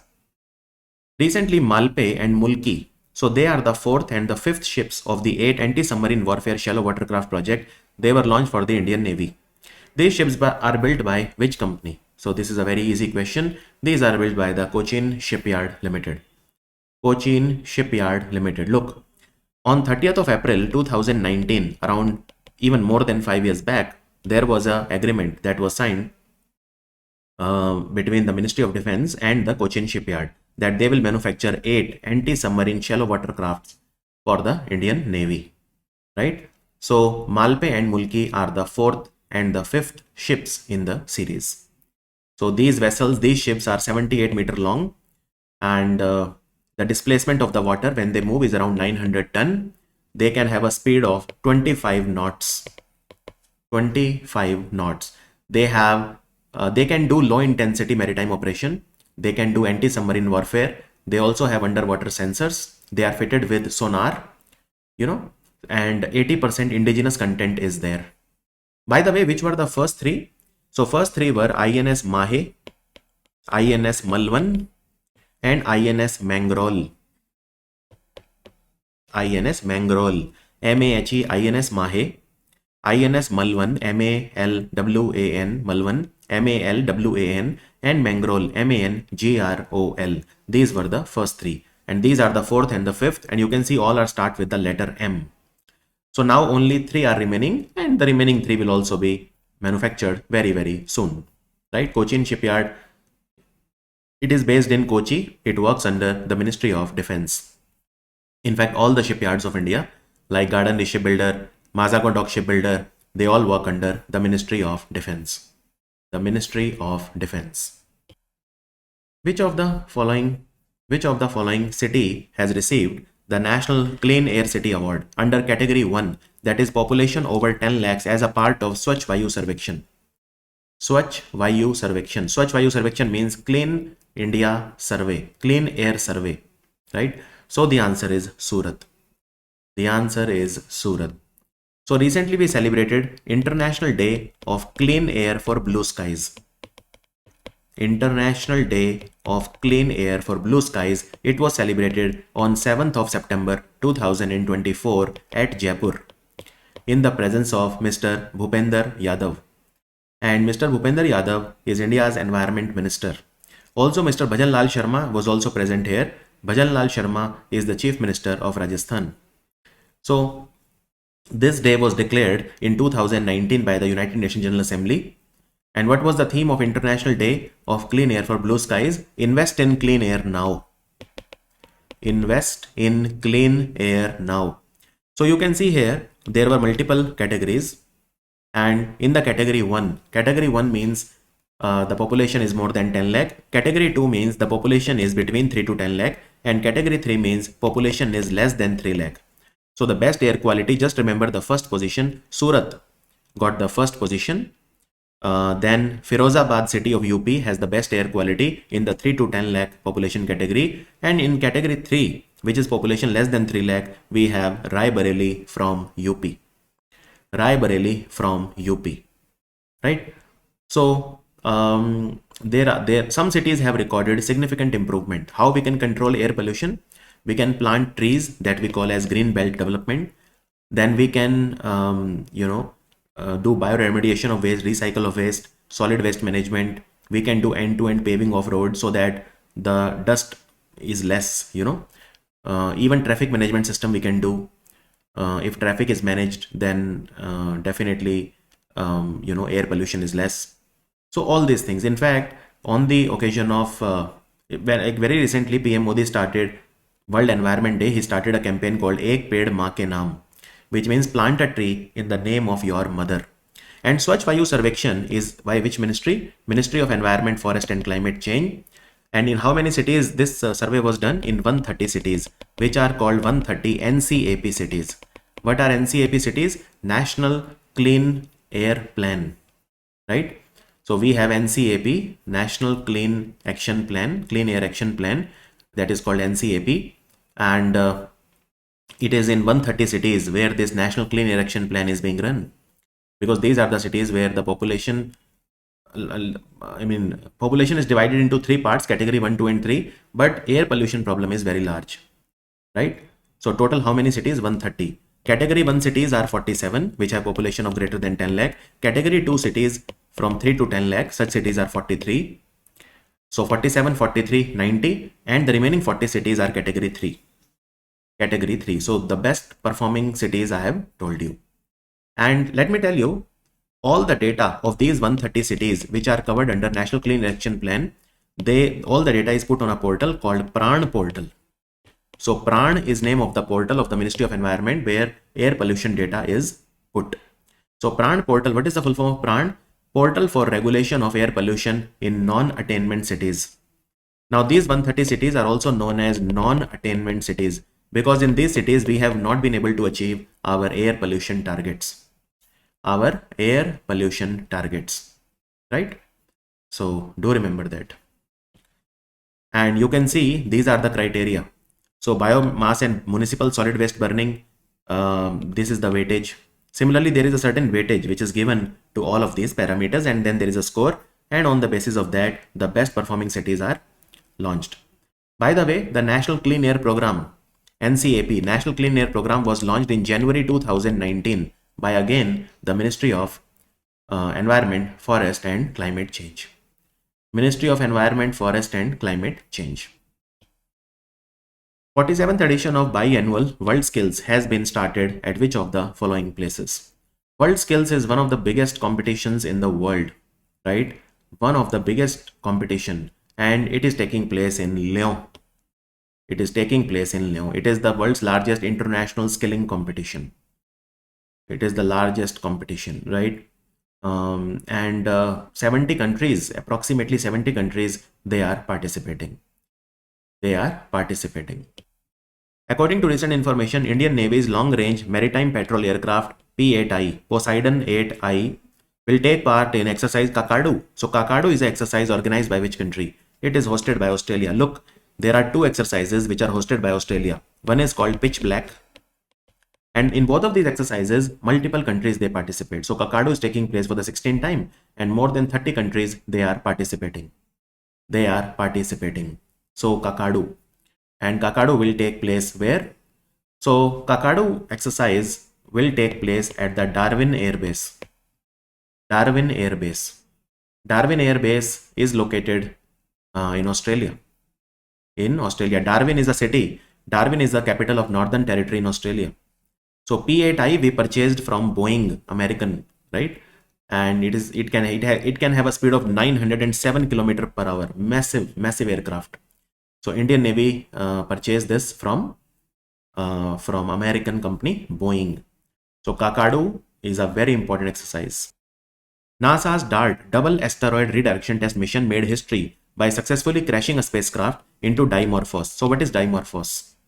What is Dimorphos? It's an extremely important question, and I'll explain to you why. So Dimorphos is a moonlet asteroid that orbits the larger asteroid called Didymos. So I'll tell you what the deal is. So we are living on the planet Earth, beautiful blue planet. Okay, that is why I am covering it blue. So this is Earth. Now let us say there is some asteroid. Asteroids are made up of rocks.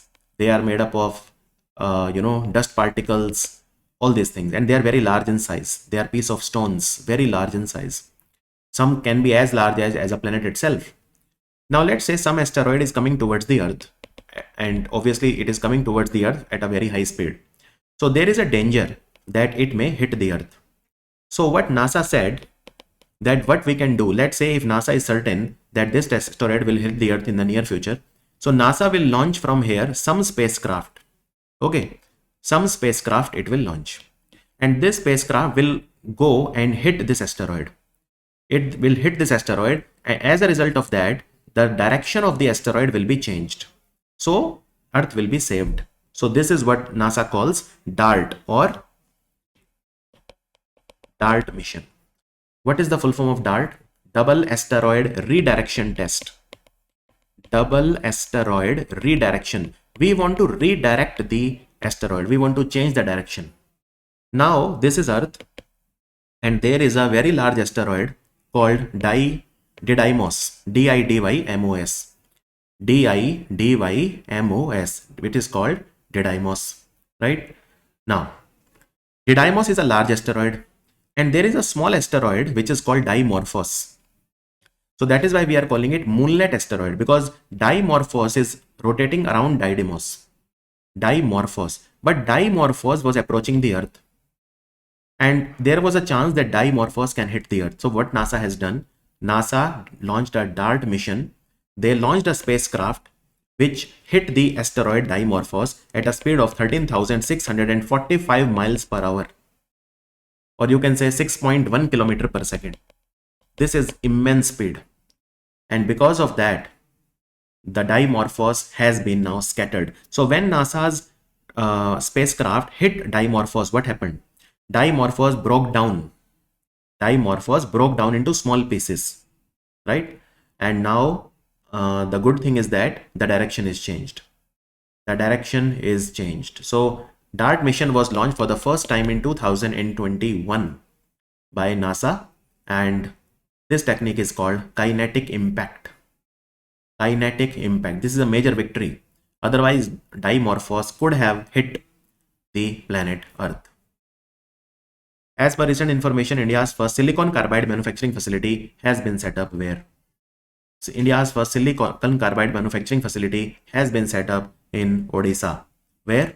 In EMC Park, which is in Bhubaneswar in Odisha. Info Valley. We call it Info Valley. EMC Park, Info Valley, INFO, Info Valley, Bhubaneswar in Odisha. So Odisha Chief Minister Mohan Charan Majhi inaugurated it. It has been set up at a cost of 620 crore by a private company called RIR Power Electronics Limited. The answer is Odisha, RIR Power Electronics Limited. So it will create a lot of jobs. Silicon carbide is an important chemical that is used in different industries, right? It is used in different industries. Which of the following state forest department they have launched Operation Bhedia to capture a pack of 6 man-eating wolves attacking villagers? Now, Bhedia is a canid animal. We call them canids, right? So UP police has launched, UP forest department has launched, because a lot of people, they were killed by Bhedia. Bhedia are basically wolves. Okay, wolves. And lot of these Bhedia, they have killed people in Bahraich in UP. Bahraich is a district in UP right at the Nepal border.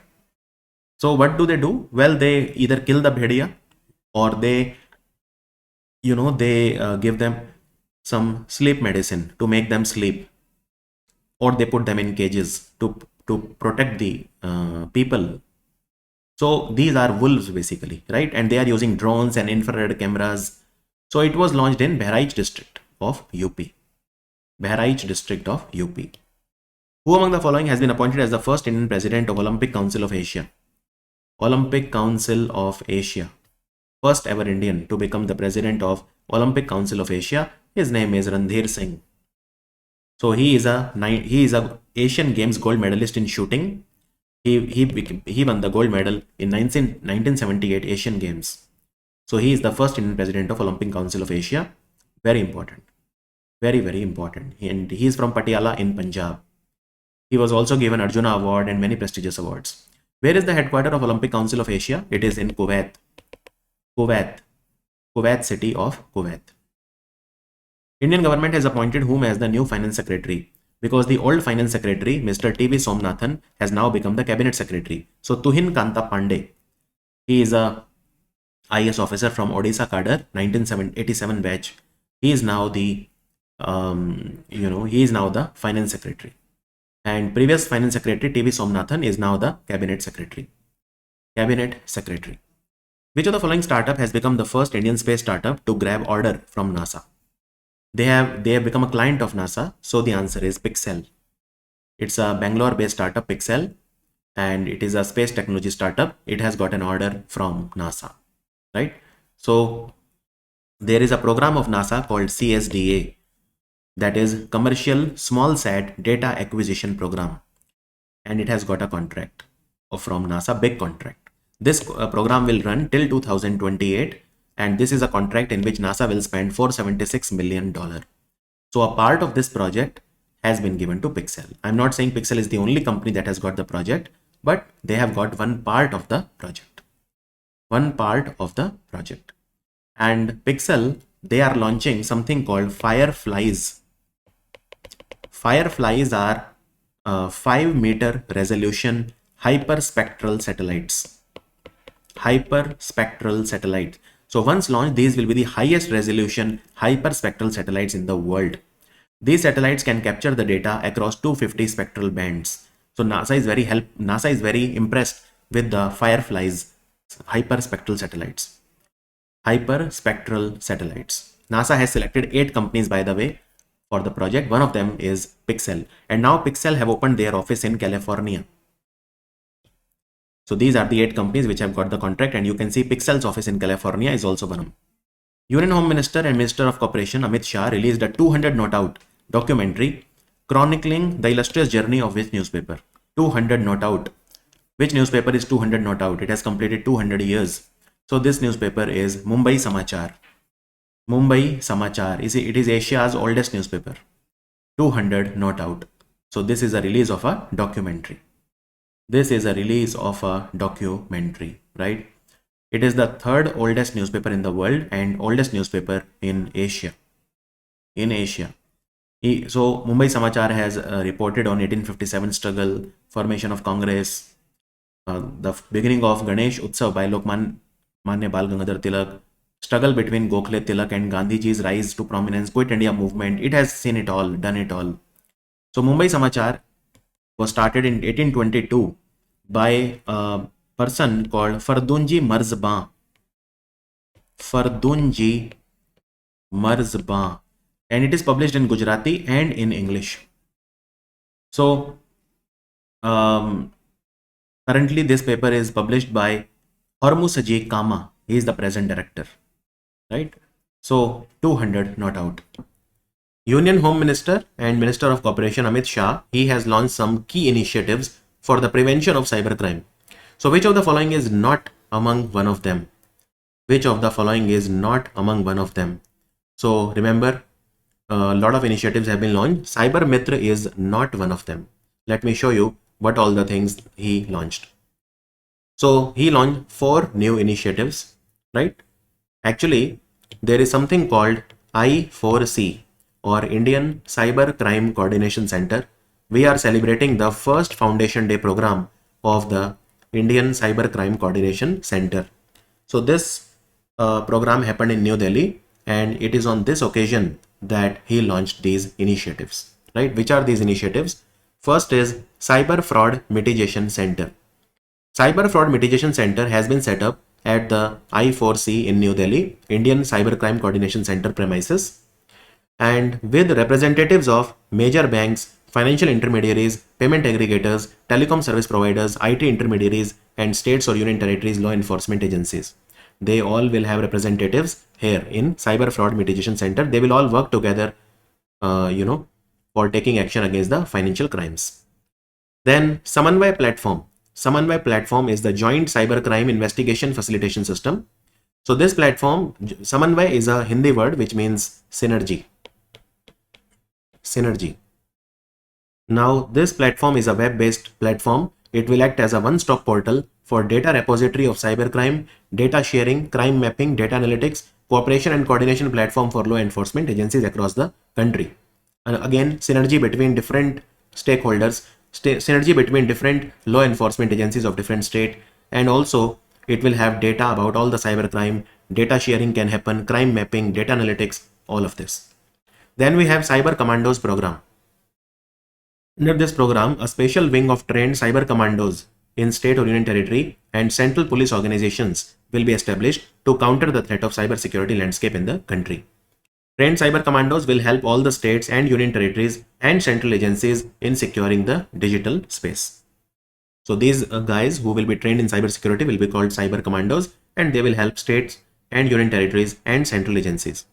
And there will be a suspect registry, where if you are suspicious of any person, there are suspects, you create a database. So as a part of this initiative, a suspect registry of various identifiers is being created based on the National Cybercrime Reporting Portal in collaboration with banks and financial intermediaries for strengthening fraud risk management. So prevention is better than cure. So these are the initiatives that were launched recently. Also for I4C, that is I4C, there is a new logo, there is a new vision, and there is a new mission that has been launched. I4C. I4C is very important because we are celebrating the first Foundation Day of I4C, Indian Cybercrime Coordination Center. Indian Cybercrime Coordination Center, right?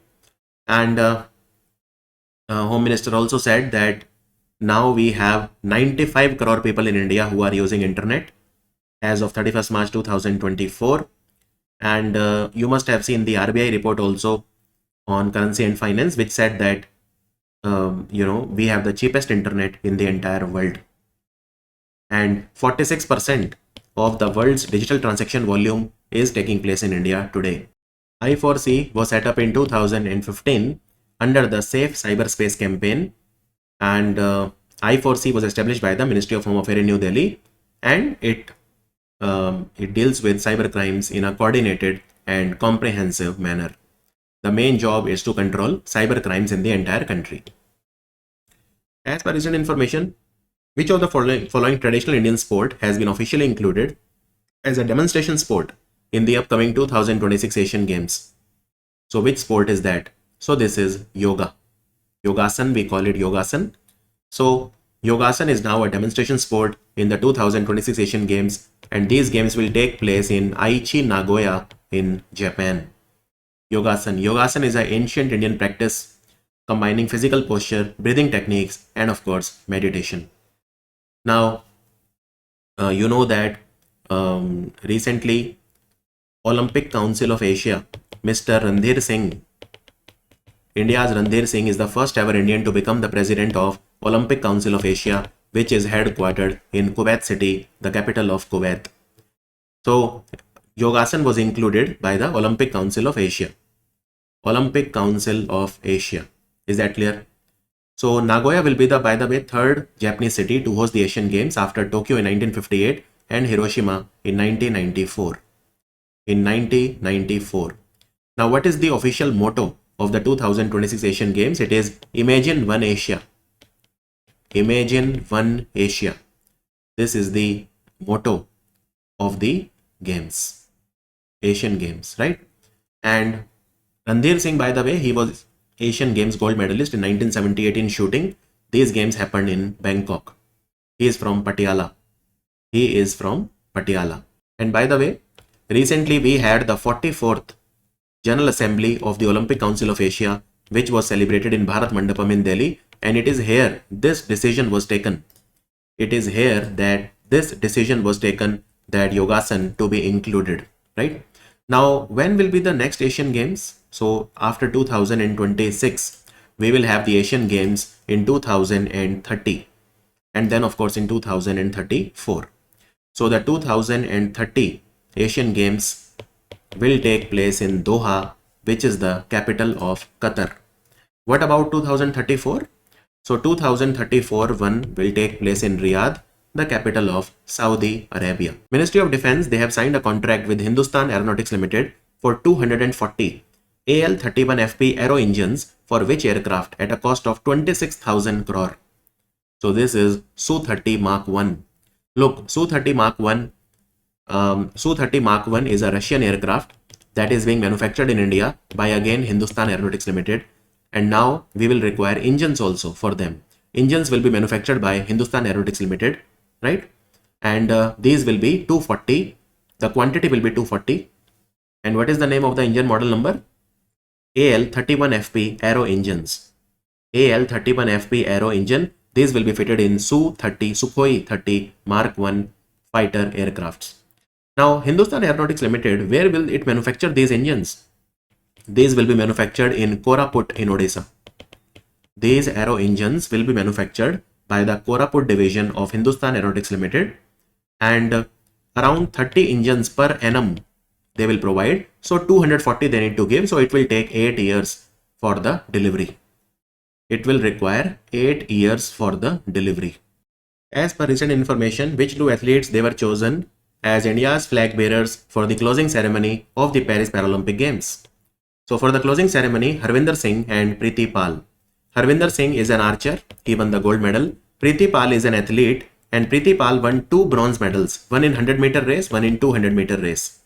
So they both made India proud, and they were the, they were the flag bearers in the closing ceremony, right? In the closing ceremony, Harvinder Singh created history by becoming the first ever Indian archer to clinch a gold medal. And Preeti is from UP and Harvinder is from Haryana, right? And who were the flag bearers in the opening ceremony? So in the opening ceremony, we had Sumit Antil and Bhagyashri Jadhav. Sumit Antil is a javelin thrower. Bhagyashri Jadhav is a shot put player. He is a shot put player, right? So do remember their names. And India performed very well in the in the Paralympics. We had our best ever performance. India finished 18th in the medal tally. We won total 29 medals, 7 gold, 9 silver and 13 bronze. Total we won 29 medal and we were 18th. Number 1 was China. China was number 1. China won 94 gold medal, total 220 medals. Who among the following has been re-elected as the chairperson of the Parliamentary Committee on Official Language? The answer is Mr. Amit Shah. He is the Home Minister and Minister for Cooperation. He has been unanimously re-elected.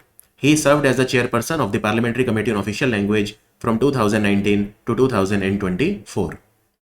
And now he will again be for 5 years, right? Again be for 5 years. What is this Parliamentary Committee on Official Language?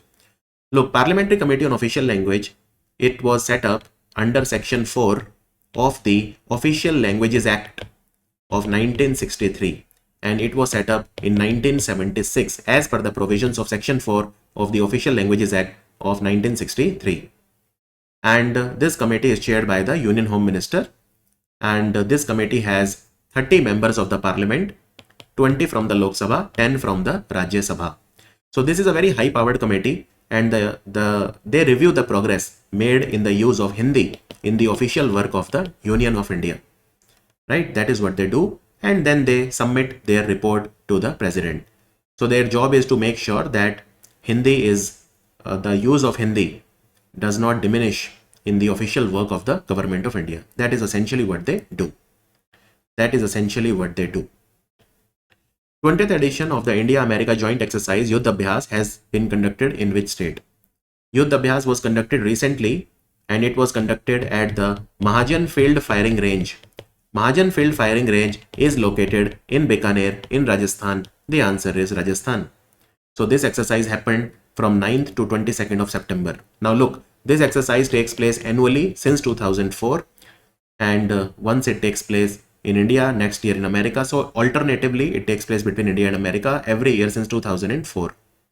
So this time we were represented, Indian Army was represented by the Rajput Regiment.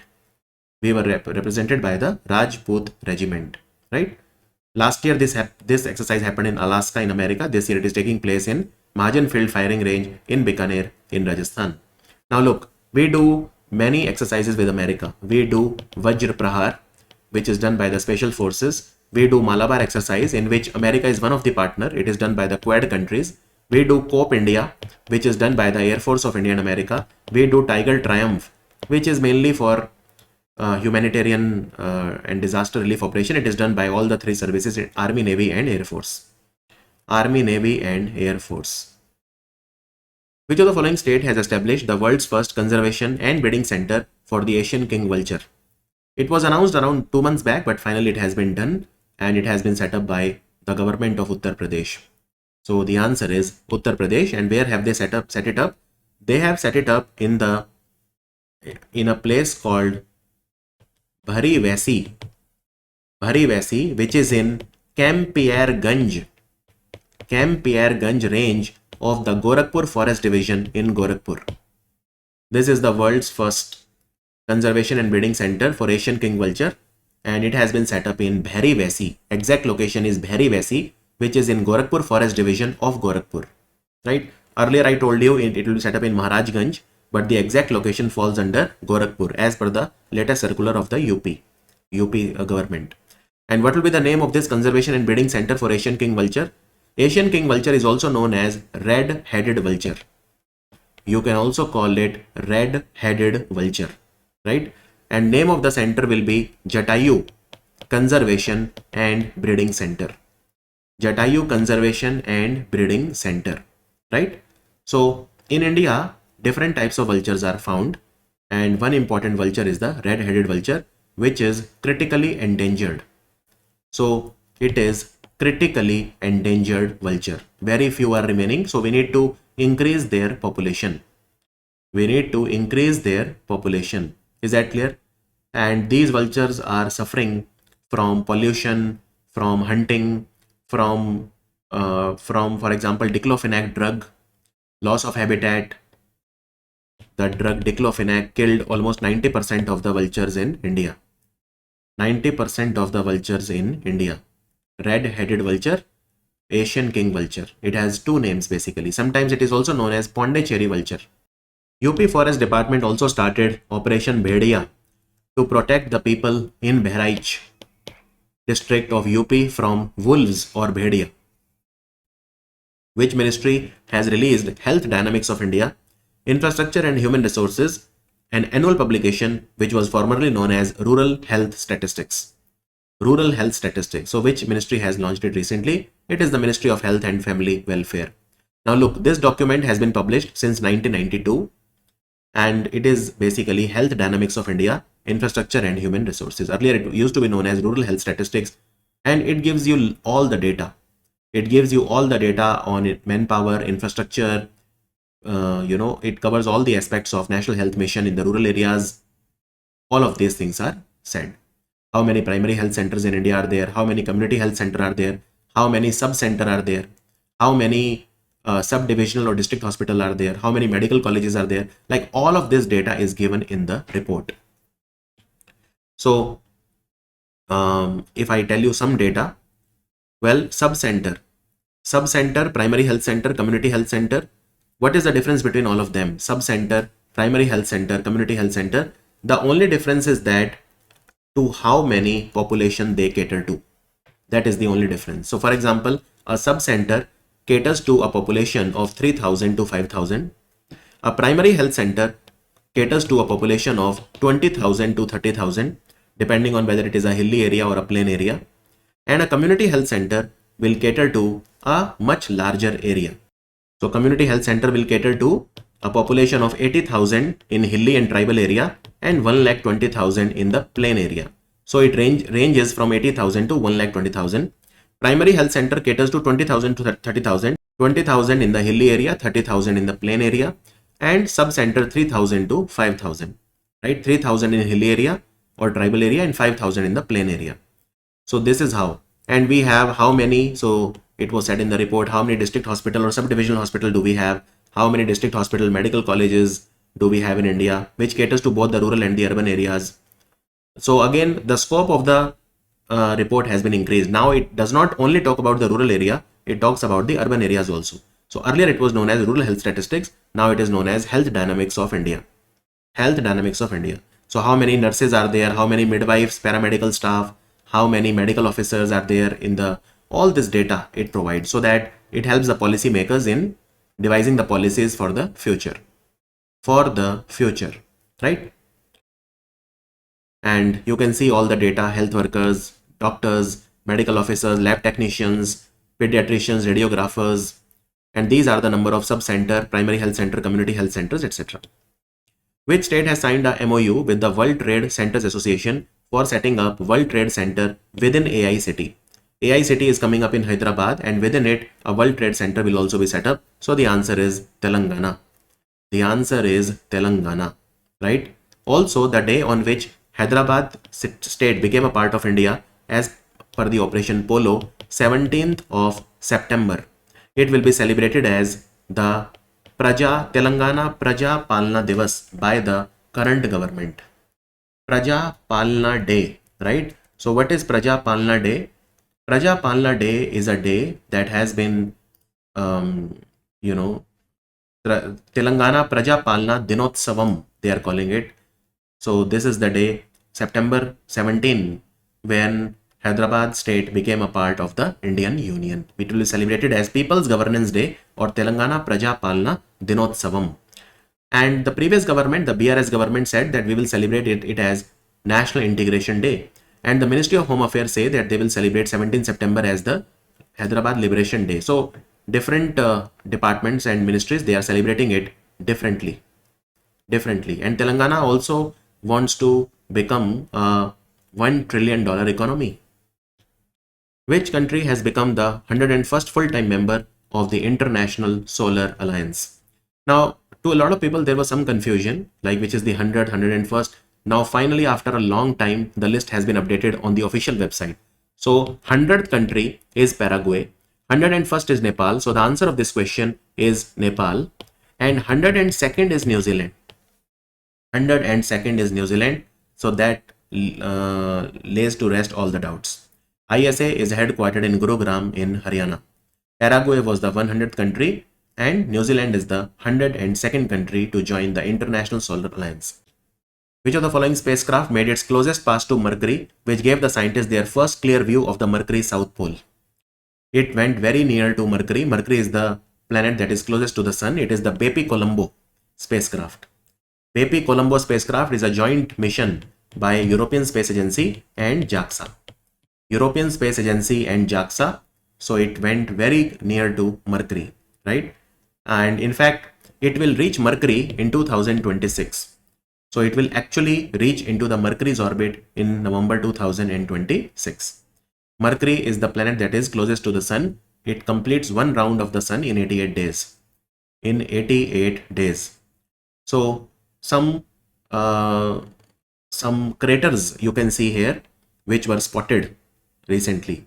For example, one very famous crater is Vivaldi. It is named after the famous Italian composer Antonio Vivaldi. The diameter of the crater is 210 km. It was also spotted recently. Then they saw this ring called Stoddard. Stoddard. A lot of things were seen, right? So Bepi Colombo mission was launched when?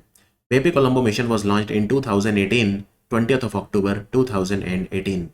It is a joint mission by European Space Agency and JAXA. And also remember that the rocket that they used was the Ariane 5 rocket of the European Space Agency. Which country has delivered short-range ballistic missile called Fateh 360, also written like this, Fateh 360 to Russia? The answer is Iran. The answer is Iran. Iran has delivered these missiles to its friend Russia. Iran, China, and Russia, they are one now. They are in the same, they are allies of each other. Union Cabinet has approved the proposal of the Ministry of Heavy Industries for implementation of a scheme called PM E-Drive. Now, what is the full form of PM E-Drive? PM Electric Drive Revolution in Innovative Vehicle Enhancement. In short, PM E-Drive scheme. And this is for the promotion of electric mobility in the country. This scheme has an outlay of what amount, or over a period of 2 years? Over a period of 2 years, right? So what is the answer? See, this is a very important scheme, right? You have to study it in a lot of depth. So the amount is 10,900 crore. The first question, which ministry has launched this scheme? The answer is Ministry of Heavy Industries. And has this scheme been launched to replace any scheme? Yes, FAME scheme, FAME Part 2. And FAME scheme ended when? It ended on 31st of March 2024. So we needed a scheme so that the people are incentivized to buy electric two-wheelers, electric three-wheeler, etc. There is a key difference between the FAME scheme and the E-Drive scheme, which is that in PM E-Drive scheme, the 4 electric wheeler are not covered. The four-wheelers cars are not covered, right? Only two-wheeler, three-wheeler, all these things are there. And of course, there are some extra things, like for example, e-ambulances. The concept of e-ambulances has come up for the first time. So let us study this in detail. E-Drive scheme, the Ministry of Heavy Industry has replaced the FAME 2 scheme. And we are trying to become a net zero country by 2070. So obviously we need to promote electric vehicles and also electric vehicle public charging infrastructure. So how many electric two-wheeler, electric three-wheeler, e-ambulances, e-trucks, etc. we will support? So let's take a look at them one by one. First, total amount that we will spend in this scheme is 10,900 crore for the next 2 years, right? That is number one.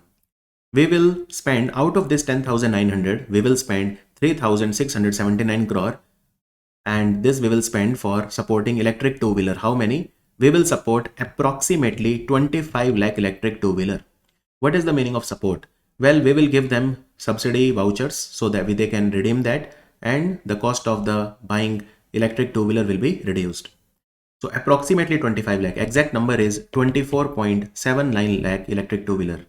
How many electric three-wheeler we will support? So we will support almost 3 lakh, approximately 3 lakh, but exact number is 3.16 lakh.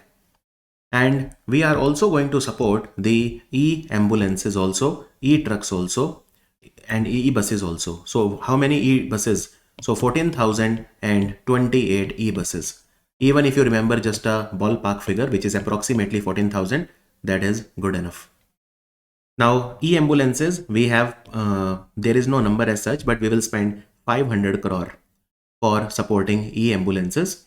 E-buses, I've already told you, 14,028. And how much money we will spend on e-buses? 4,391 crore. And this will be in 9 major cities of India. All those usual cities, Delhi, Mumbai, Kolkata, Chennai, Hyderabad, all the big cities, So these buses will replace the old State Transport Union buses. And the procurement will be done by Convergence Energy Services Limited. Convergence Energy Services Limited is the wholly owned subsidiary of Energy Efficiency Services Limited, which is a company that works under the Ministry of Power. So for e-buses, we will have a provision of more than 14,000 e-buses, and the cost is 4,391 crore.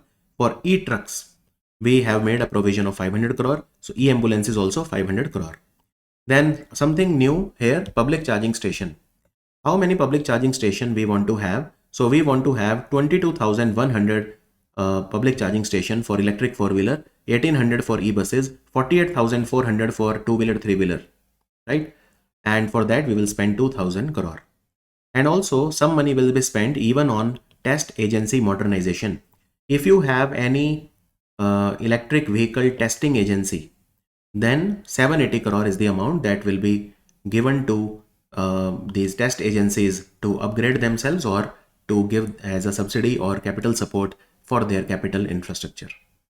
So this is how this scheme will work, right? And FAME India scheme, you know that there were two phases of FAME India, phase 1 and phase 2. And currently we were having phase 2, but then phase 2 ended on 31st March 2024.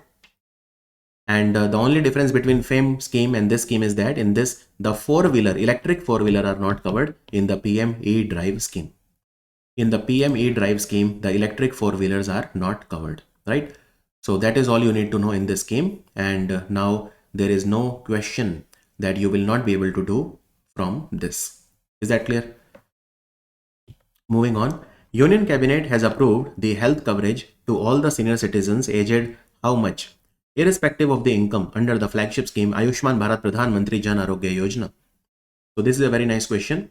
So the age, basically if there is any senior citizen whose age is 70 years or above, then irrespective of the income, they will get the benefit of Pradhan Mantri Jan Arogya Yojana.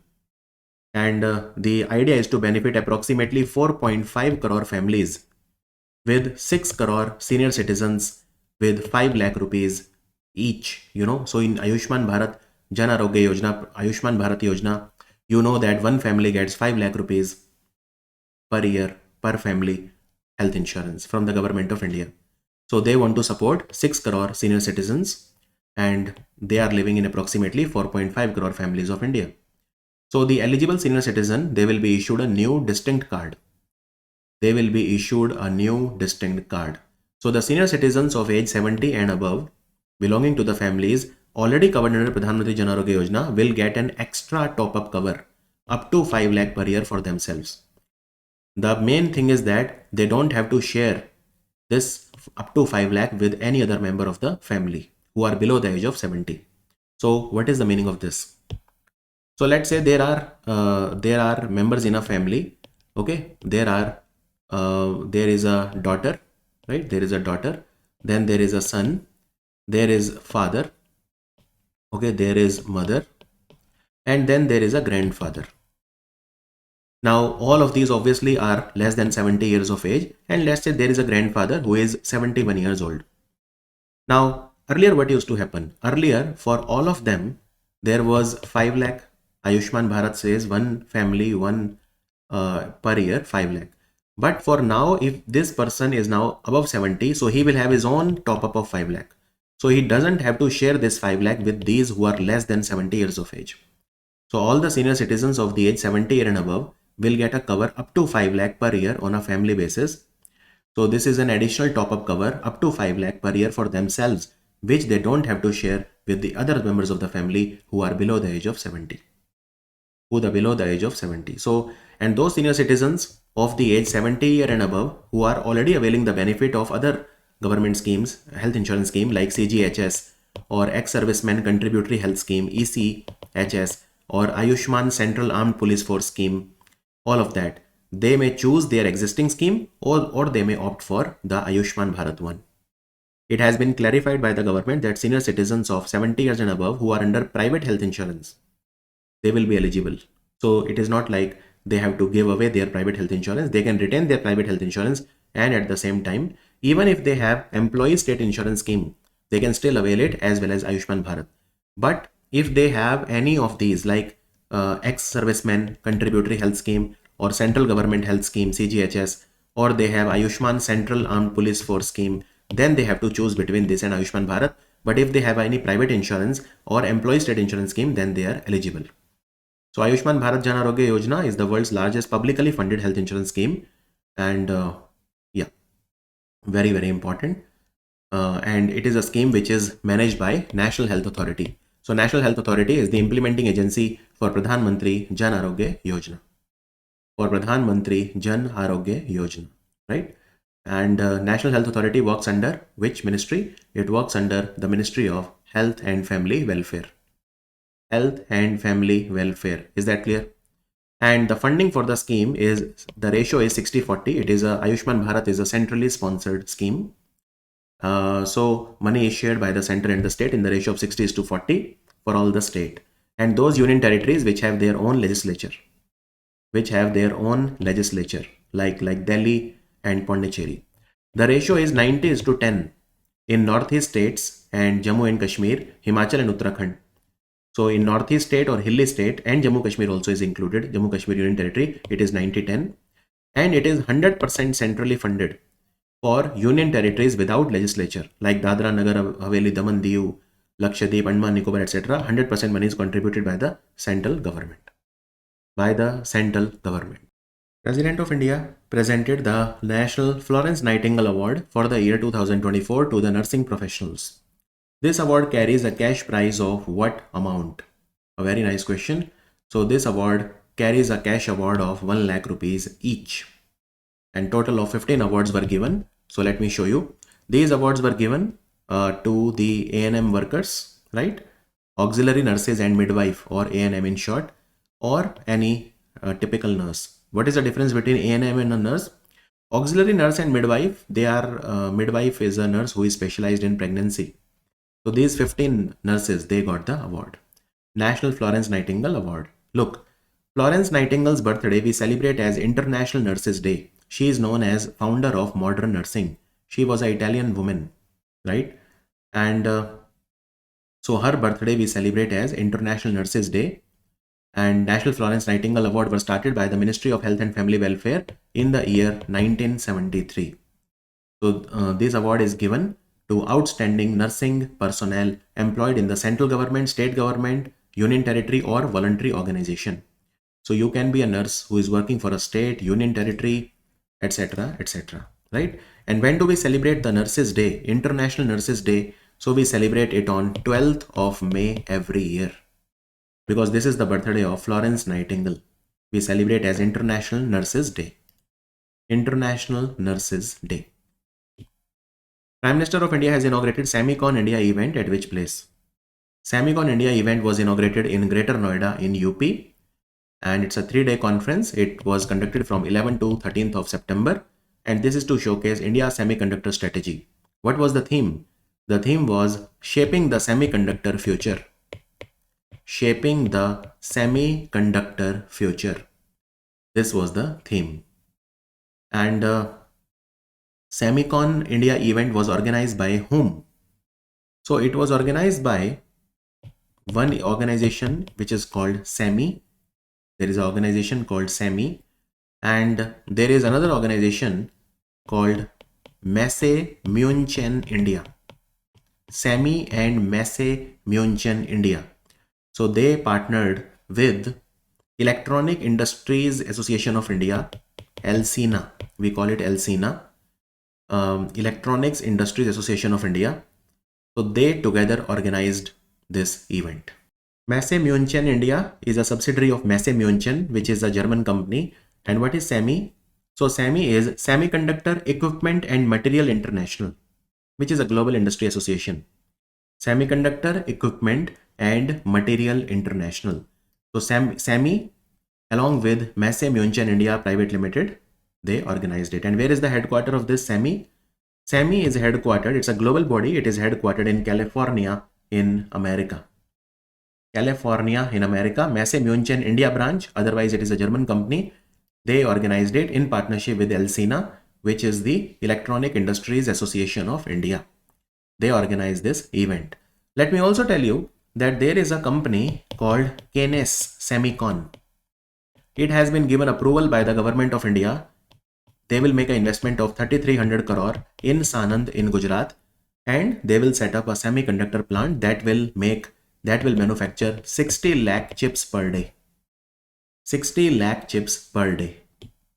Union Cabinet has approved a mission to create a more weather-ready and climate-smart Bharat with an outlay of 2,000 crore over next 2 years. What is the name of this mission, and which is the ministry for the same? Very important question. So this is called Mission Mausam. The word Mausam is a Hindi word which means weather. So this will be implemented by the Ministry of Earth Sciences, and 2000 crore will be spent in the next 2 years. So what is Mission Mausam? What are we trying to achieve? Here you can see that it is a transformative initiative to tremendously boost India's weather and climate related science, research and services. And it will help India in better weather forecasting, climate forecasting, in tracking weather events, extreme weather events. Basically, we want to have better weather forecasting. We want to have better climate forecasting. We want to have better research and development in the weather forecasting and weather and climate services. So this mission will be implemented by 3 institutes, and all the 3 institutes, they work under the Ministry of Earth Sciences. So which are these 3 institutes? That is a very good question. So these are India Meteorological Department, IMD, Indian Institute of Tropical Meteorology, IITM, and National Center for Medium Range Weather Forecasting. So these are the 3 institutes that are going to implement this. Now tell me, where are these institutes located? Look, Indian Institute of Tropical Meteorology is located in Pune. This you know very well. National Center for Medium Range Weather Forecasting is located in Noida, and IMD is based in New Delhi. Indian Meteorological Department, they are based in New Delhi, right? IMD. So these are the institutes that are going to manage this scheme. Which organization has launched Dawa Suchak, or claim status tracking, which is an online tool that allows the depositors to track the status of their claim by entering their registered mobile number on their website? Dawa Suchak has been launched by DICGC, Deposit Insurance and Credit Guarantee Corporation of India, DICGC, right? Now what is the meaning of this? Well, suppose you put money into a bank and the bank defaults, then up to 5 lakh rupees is insured.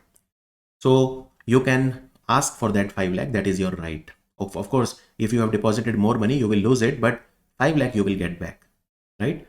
So you can check the status of your claim up to 5 lakh rupees in real-time basis. Earlier it was only 1 lakh, but in 2020 it was increased to 5 lakh. And currently around 2000 banks in India, they are registered with DICGC, 140 commercial bank and 1857 cooperative banks. So total 1997 banks in India, they registered with DICGC. Now DICGC was set up in 1971 under which act? Under the DICGC Act of 1961. Very important. 1961. It is headquartered in Mumbai.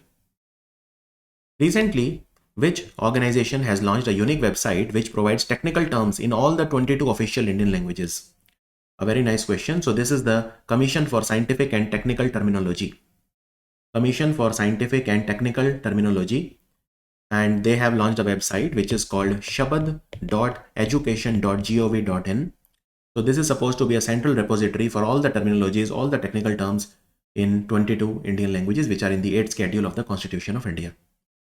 And there are more than 22 lakh searchable words, right? 22 lakh searchable words. And what is this commission, and it works under which ministry? So Commission for Scientific and Technical Terminology, it was set up in 1960, and the objective that time was to define the scientific and technical terms in Hindi and other Indian languages as well. So it was set up under Article 344 of the Constitution of India, and it is functioning under the Department of Higher Education, Ministry of Education, Government of India. Headquarter is in New Delhi. Which of the following state government has launched Nipun initiative to equip the state's youth with industry relevant skills? The word Nipun is a Hindi word which means skilled person, Nipun. So the answer is the government of Karnataka. Nipun Karnataka, skill local, go global. Skill local, go global initiative, Nipun Karnataka. And they want to equip the youth of the Karnataka with industry relevant skills under the Ministry of Electronics and IT. So they will collaborate with top IT companies and they will use CSR funds, corporate social responsibility funds, to support training programs and do infrastructure development so that they can train the youth. Right? So the initiative has a budget of 300 crore and it will be implemented by the help of Karnataka Digital Economy Mission and Karnataka State Electronics Development Corporation Limited. Lot of IT companies like Infosys, Wipro, TCS, they are already collaborating with their CSR funds. So Karnataka is the answer. Odisha government has launched a scheme which provides financial aid to the farmers not covered by Pradhan Mantri Kisan Samman Nidhi Yojana. What is the name of the scheme? In Pradhan Mantri Kisan Samman Nidhi Yojana, farmer gets 6,000 rupees every year in 3 tranches of 2,000 rupees each. Now the government of Odisha has started a scheme which is called CM Kisan Yojana. CM Kisan Yojana, this was launched during the Nuakhai festival, which is a harvest festival in Odisha. And this scheme will replace the Kalia scheme of Odisha, which was running since a long time. Kalia, Krushak Assistance for Livelihood and Income Augmentation, in short Kalia. So CM Kisan Yojana, it will support 46 lakh small and marginal farmers. They will get 4,000 rupees in their bank account in 2 tranches of 2,000 rupees each. So they will get 4,000 in 2 installments. One installment they will get on Nuakhai festival. The second installment they will get on the Akshay Tritiya festival. Akshay Tritiya festival. And if you are a small and marginal farmer, you get 4,000. But what if you are a landless agriculture household? If you are landless, you don't have any land, then what? So if you are a landless agriculture household, then you will get 12,500 in 3 installments. In 3 installments, right? So there is a portal called CM Kisan Web Portal where you have to register yourself for availing the benefit of the scheme. And Odisha government has also submitted a proposal for setting up the AIMS where? In Sambalpur. In Sambalpur. So all these things, they are going on in Odisha. Also in Odisha, India's first silicon carbide factory has opened in Bhubaneswar by a company called RIR Power, who has won the men's single title of the US Open Tennis Championship. US Open is the last Grand Slam of the year, and it is placed in a place called Flushing Meadows in New York City. Flushing Meadows in New York City. It is placed on artificial court, artificial turf. Jannik Sinner of Italy was the winner of the US Open. So the name of the center court is Billie Jean King. Billie Jean King National Tennis Center, named after the legendary American player Billie Jean King. It is played on hard court. Hard court, right? So Jannik Sinner of Italy was the winner. And who won the women's single title? It was Aryna Sabalenka of Belarus. Aryna Sabalenka of Belarus. Famous leader Sitaram Yechuri passed away. He was associated with which political party? He was associated with Communist Party of India, Marxist. And he was the General Secretary since 2015. A very stalwart leader. He was member of parliament multiple times, you know. And yeah, even Buddhe Bhattacharya, CPIM leader, former Chief Minister of West Bengal, passed away. He was the Chief Minister of West Bengal for 11 years, from 2000 to 2011. He also passed away. So this was the video for Best 300 MCQ series of September, part 2 in English. I hope you liked and enjoyed the video. If you did, do let me know. And if you did not understand anything, do send me a message on social media. I am available almost on every social media. And with that, I wrap up the video. I'll see you in set 3. Thank you for watching Study IQ.